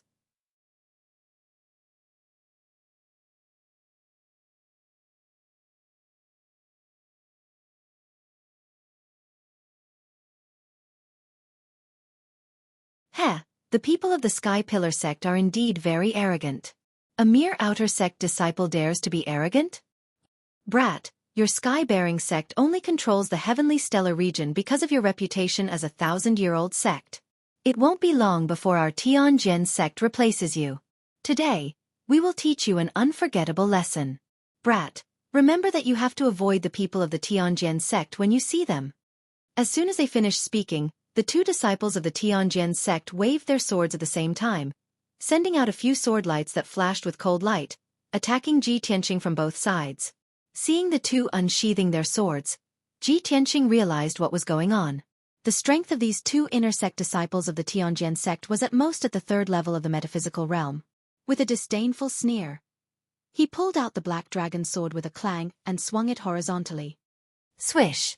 The black dragon sword turned into a 3-meter-long snow-white sword light, exuding an extremely sharp and domineering energy, sweeping toward the two disciples of the Tianjin sect. As the snow-white sword light lit up, a translucent shadow of a flood dragon soared into the sky, baring its fangs and brandishing its claws. Bang bang! With a dull sound, the sword lights of the two disciples of the Tianjin sect were instantly smashed into pieces by the black dragon sword. The violent power of the black dragon sword, the huge and frightening snow-white sword light, and the soaring flood dragon shadow immediately frightened the two disciples, causing them to retreat in panic. However, the black dragon sword was too fast. By the time they realized that something was wrong, it was already too late for them to retreat. With two dull bang-bang sounds, the two disciples of the Tianjin sect were hit by the sword light. They spat out mouthfuls of blood and flew backward, smashing into the grass 10 meters away. The two disciples rolled several times in the grass before stopping. They lay on the ground, trembling like sifting chaff, and their faces were pale. Dark red blood gushed out of their mouths and dripped onto their white robes. It was a ghastly sight under the sunlight.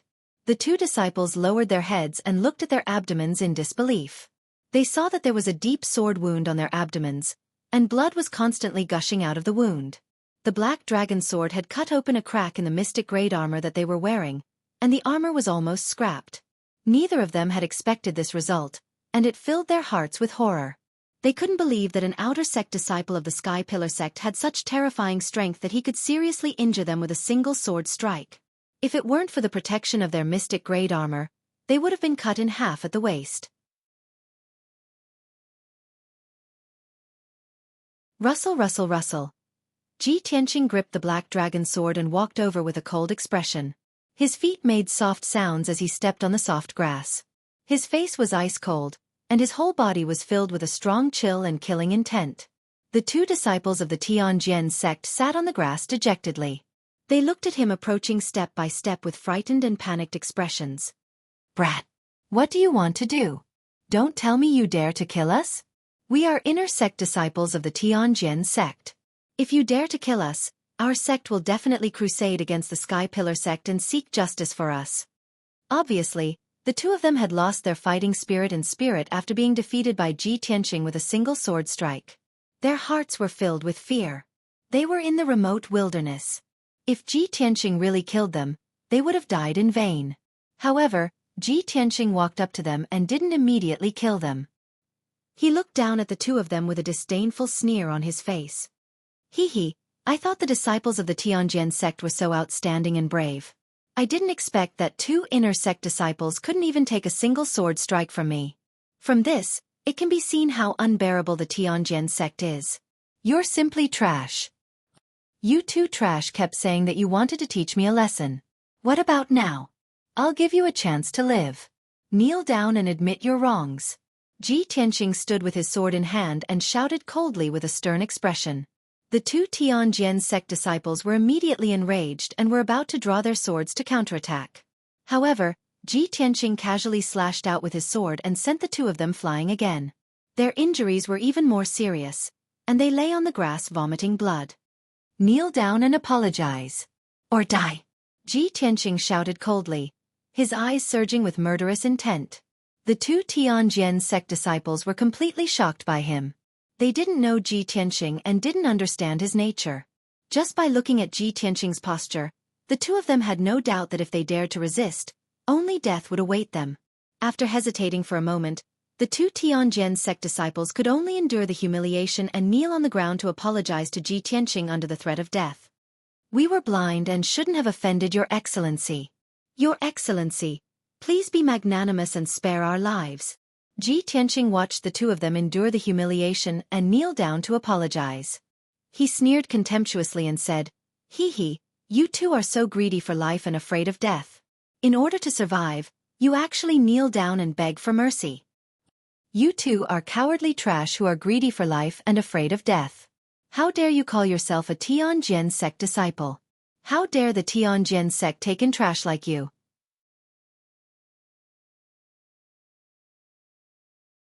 The two Tianjian sect disciples were so angry that they vomited blood. Their faces were ashen, and their bodies were trembling. If they didn't kneel down and apologize, Ji Tianqing would have killed them on the spot. Now that they had kneeled down and apologized, they were humiliated by Ji Tianqing. The two of them were full of regret. If they had known this would happen, they would have fought to the death. The 6th update has arrived. Please collect and recommend tickets. Thank you, brothers, for your generous rewards.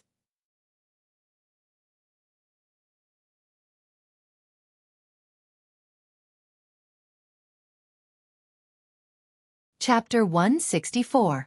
Since the two Tianjian sect disciples had already knelt down and apologized, Ji Tianqing didn't make things difficult for them.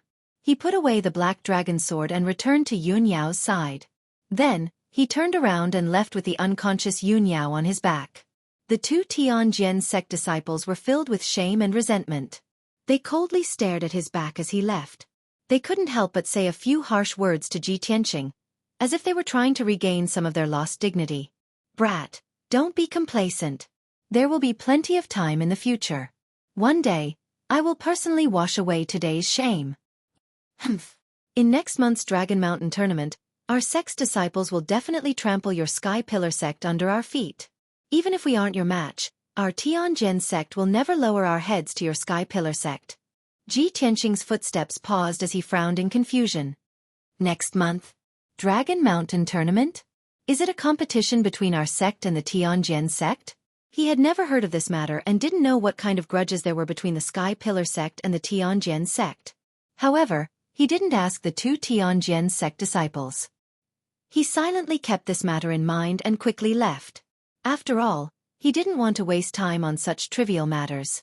He just wanted to take Yun Yao back to the sect as soon as possible to heal her injuries. 4 hours later, it was already noon. The scorching sun in the sky was like a fire, and the air in the mountains was a bit hot.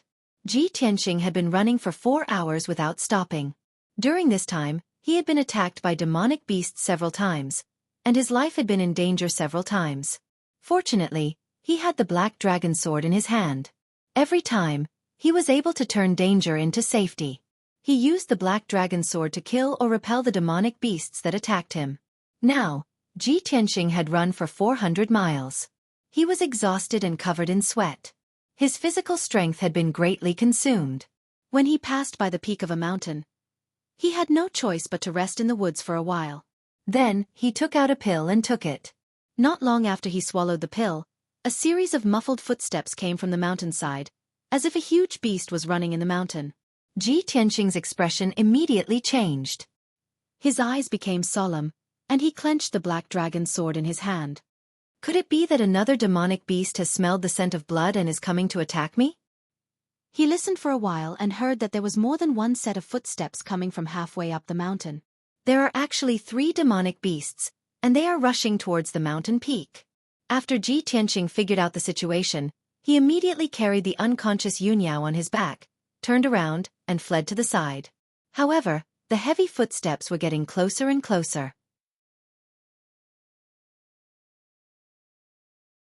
Even though he was running with all his might, his speed was still not as fast as the 3 demonic beasts. After a few dozen breaths, 3 giant beasts of different colors rushed to the top of the mountain as fast as the wind. Ji Tianqing didn't have time to look back at the appearance of the 3 giant beasts.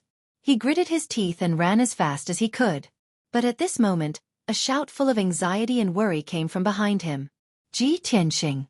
Is that you? Stop. Suddenly hearing this familiar voice, Ji Tianqing was stunned for a moment and hurriedly stopped in his tracks. He looked back and found that the three giant beasts rushing to the top of the mountain were actually spirit beasts ridden by people. The leading spirit beast was the silver moon wolf, and the person riding on its back was Bai Wuchen. He was the one who shouted just now. The two spirit beasts beside the silver moon wolf were the two jade white lions raised by the Sky Pillar sect. The two people riding the jade white lions were old men in purple robes. They were the two elders of the Sky Pillar sect. One of them was the owner of the mysterious treasure pagoda, the second elder. The other kind-looking old man was the spirit medicine elder of the spirit medicine hall. Ji Tianqing immediately understood that Bai Wuchen had returned to the sect to get reinforcements to save him and Yun Yao. Only then did he heave a sigh of relief and relax his mind.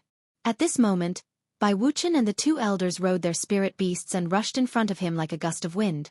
Seeing that he was carrying Yun Yao on his back and Yun Yao's clothes were stained with blood and she was unconscious, everyone was shocked. Ji Tianqing, what happened to eldest senior sister? Why is she unconscious?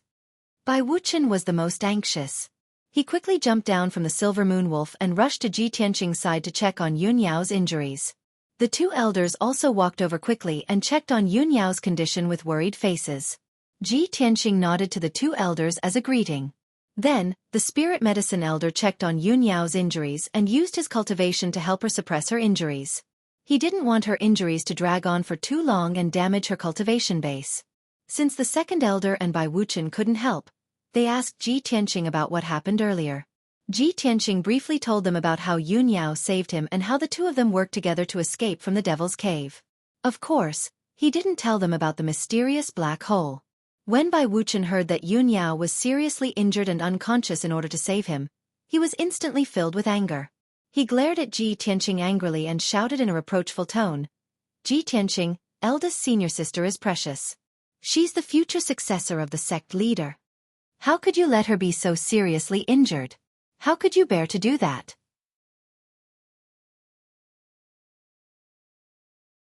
If I were you, I would definitely help eldest senior sister. I'd rather be seriously injured myself. In fact, even if Ji Tianqing was killed by the Devil Clan, Bai Wuchen wouldn't have the slightest bit of pity. He would even be secretly delighted. However, the result was that Yun Yao was seriously injured and unconscious. This made him extremely worried and at the same time, he hated Ji Tianqing to the core. Ji Tianqing's face darkened when he was reprimanded by Bai Wuchen in front of the second elder. He glanced at Bai Wuchen and sneered. Even so, I'll live and die with eldest senior sister. We'll advance and retreat together. We'll never back down. Unlike some people who claim that they're calling for reinforcements, but in reality, they're just running away from the battle. They're as timid as a mouse. Bai Wuchen's face turned ashen when he heard that. He was furious and was about to explode. However, the second elder frowned and said in a dignified tone, Wuchen, don't be reckless. Ji Tianqing is an outer sect disciple. With his true energy realm strength, it's already very lucky that he could join hands with Yun Yao to escape from the Devil's Cave. Moreover, he's already carried Yun Yao for more than 400 miles. He needs to rest now. In short, the three of you have completed the mission perfectly. You're all meritorious people. When you return to the sect master will definitely reward you. With the second elder's intervention, Bai Wuchen could only give up and suppress his anger. 15 minutes later, the spiritual medicine elder temporarily helped Yun Yao suppress her injuries. Everyone rode on their spirit beasts and left the mountain peak, returning to the Sky Pillar sect. The speed of the spirit beasts was naturally several times faster than Ji Tianqing's. 3 hours later, everyone returned to the Sky Pillar sect. After returning to the sect, the spiritual medicine elder brought Yun Yao to the spiritual medicine hall to treat her injuries. Ji Tianqing was about to return to the wind cloud courtyard when the second elder stopped him. Ji Tianqing, the sect master has instructed that after you return to the sect, follow me to the Sky Pillar Palace to meet the sect master. He wants to reward you in person.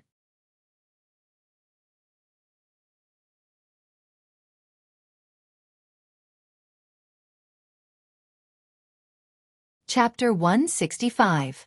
Ji Tianqing followed the second elder to the Sky Pillar Hall on the red firmament peak.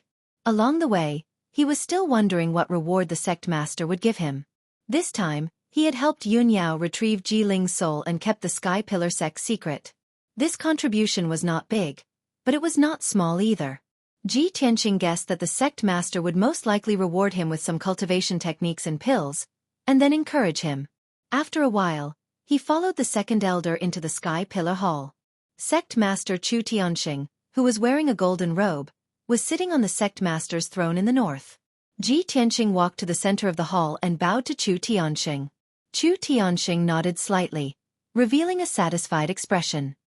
His voice was as loud as a bell, and he spoke in a dignified manner. Ji Tianqing, this time you assisted Yun Yao in carrying out a mission. You went deep into the demon race's stronghold and risked your life to retrieve Ji Ling's soul. This is a great contribution. You are a meritorious member of our sect, so I must reward you well. As he spoke, he took out a small white jade bottle and a diamond-shaped black token from his interspatial ring. I see that your injuries are not light, so I will reward you with 3 dew pills. This is a high-grade black-grade pill. It can help you quickly heal your injuries without affecting your martial arts foundation. In addition, I will also reward you with this Sky Pillar token. With that, Chu Tianqing waved his hand and shot out a scarlet true essence that wrapped around the small white jade bottle and the Sky Pillar token. He flew them to Ji Tianqing. Ji Tianqing reached out to take the small white jade bottle and the Sky Pillar token. His eyes revealed a hint of doubt. The jade dew pill in the small white jade bottle was the best medicine for treating injuries. He was very clear on this point. However, he was puzzled as to why the sect master would reward him with this Sky Pillar token. Chu Tianqing saw his confusion and explained in a kind tone, "This sky-raising command token is my token. Only 6 disciples in the sect have it. You are the 7th. With this token, you'll be able to freely enter and exit the ancient star realm. You'll also be able to freely enter and exit the sect's inner and outer sanctum, the martial pavilion, the spirit medicine hall, and other important places." Hearing Chu Tianqing's explanation, Ji Tianqing raised his eyebrows, his eyes flashing with surprise. With this token in hand, his status and authority were almost on par with the elders of the sect. Only 6 disciples in the Sky Pillar sect had the Sky Pillar token. He secretly guessed that the 6 disciples should be Yun Yao, Bai Wuchen, Hao Meng, and the others. They were all elite geniuses in the sect. In that case, wouldn't my position and power in the sect be the same as Yun Yao and the other elite geniuses?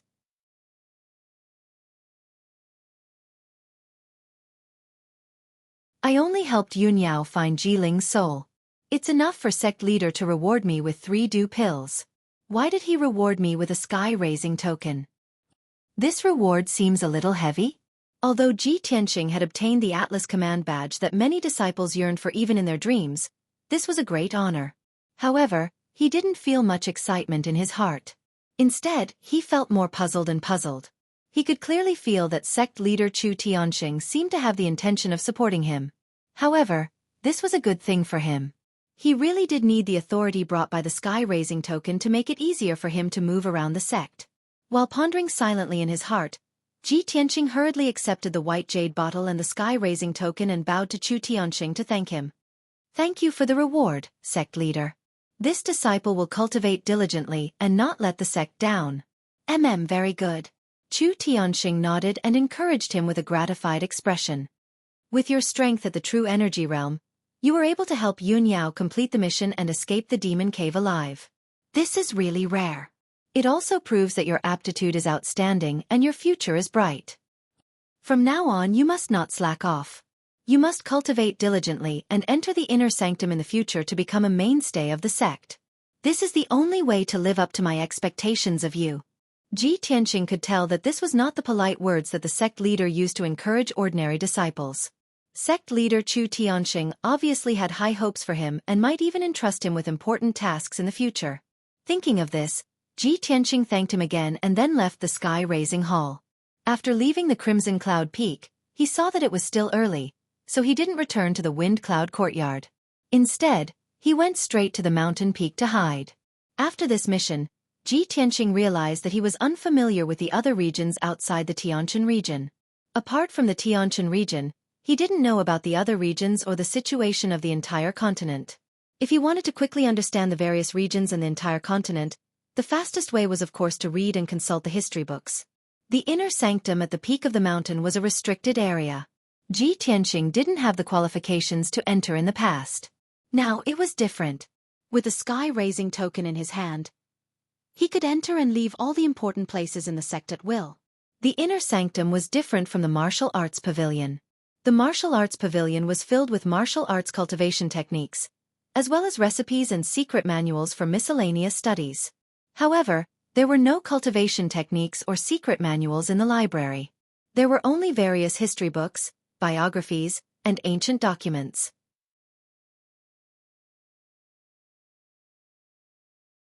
The Sky-Raising sect was an ancient sect with thousands of years of history.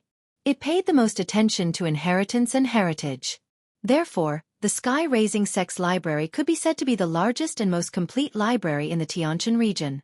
There were hundreds of thousands of books in the entire library. They contained all kinds of strange knowledge and information, from astronomy and geography to local customs and so on. There was nothing that it didn't contain. When Ji Tianqing entered the library, he was stopped by the black-robed deacon who was guarding the door. He took out the sky-raising token and handed it to the black-robed deacon. The black-robed deacon was stunned on the spot. His face was filled with surprise and disbelief. The black-robed deacon knew very well that there were only 6 disciples in the entire sect who had the sky-raising token. They were all the elite geniuses in the inner sanctum. Ji Tianqing was only an outer sanctum disciple, but he actually had a sky-raising token. This was simply too unbelievable. If it wasn't for the sect master's special mark on the sky-raising token that couldn't be replicated, the black-robed deacon would have even doubted the authenticity of this token. After the black-robed deacon let him go with a complicated expression, Ji Tianqing entered the library and began to flip through various history books and biographies. He shuttled through the rows of bookshelves for a while before finding 2 books. He sat in front of the desk by the window and read them seriously. One of the books was General History of the Tianshan Continent. It mainly talked about the changes in history and geography of the Tianshan continent for the past 3,000 years. The other book was 9 Regions Wind and Cloud Records. It wrote about the 1,000 years of changes in the 9 regions of the Tianshan continent, as well as various strange stories. To other inner sanctum disciples, these 2 books were very ordinary and didn't pique their interest at all. However, to Ji Tianqing, who had never come into contact with such information, it was novel and interesting. The library was silent. The sunlight shone through the window onto the desk, illuminating his serious and focused face. At this moment, a beautiful young girl in a green dress walked into the Tibetan area. When she glanced at Ji Tianqing, who was focused on reading by the window, she couldn't help but be startled. Then, a faint smile appeared on her lips. You're tuning in to the Xueqi's Martial Arts Saga YouTube channel.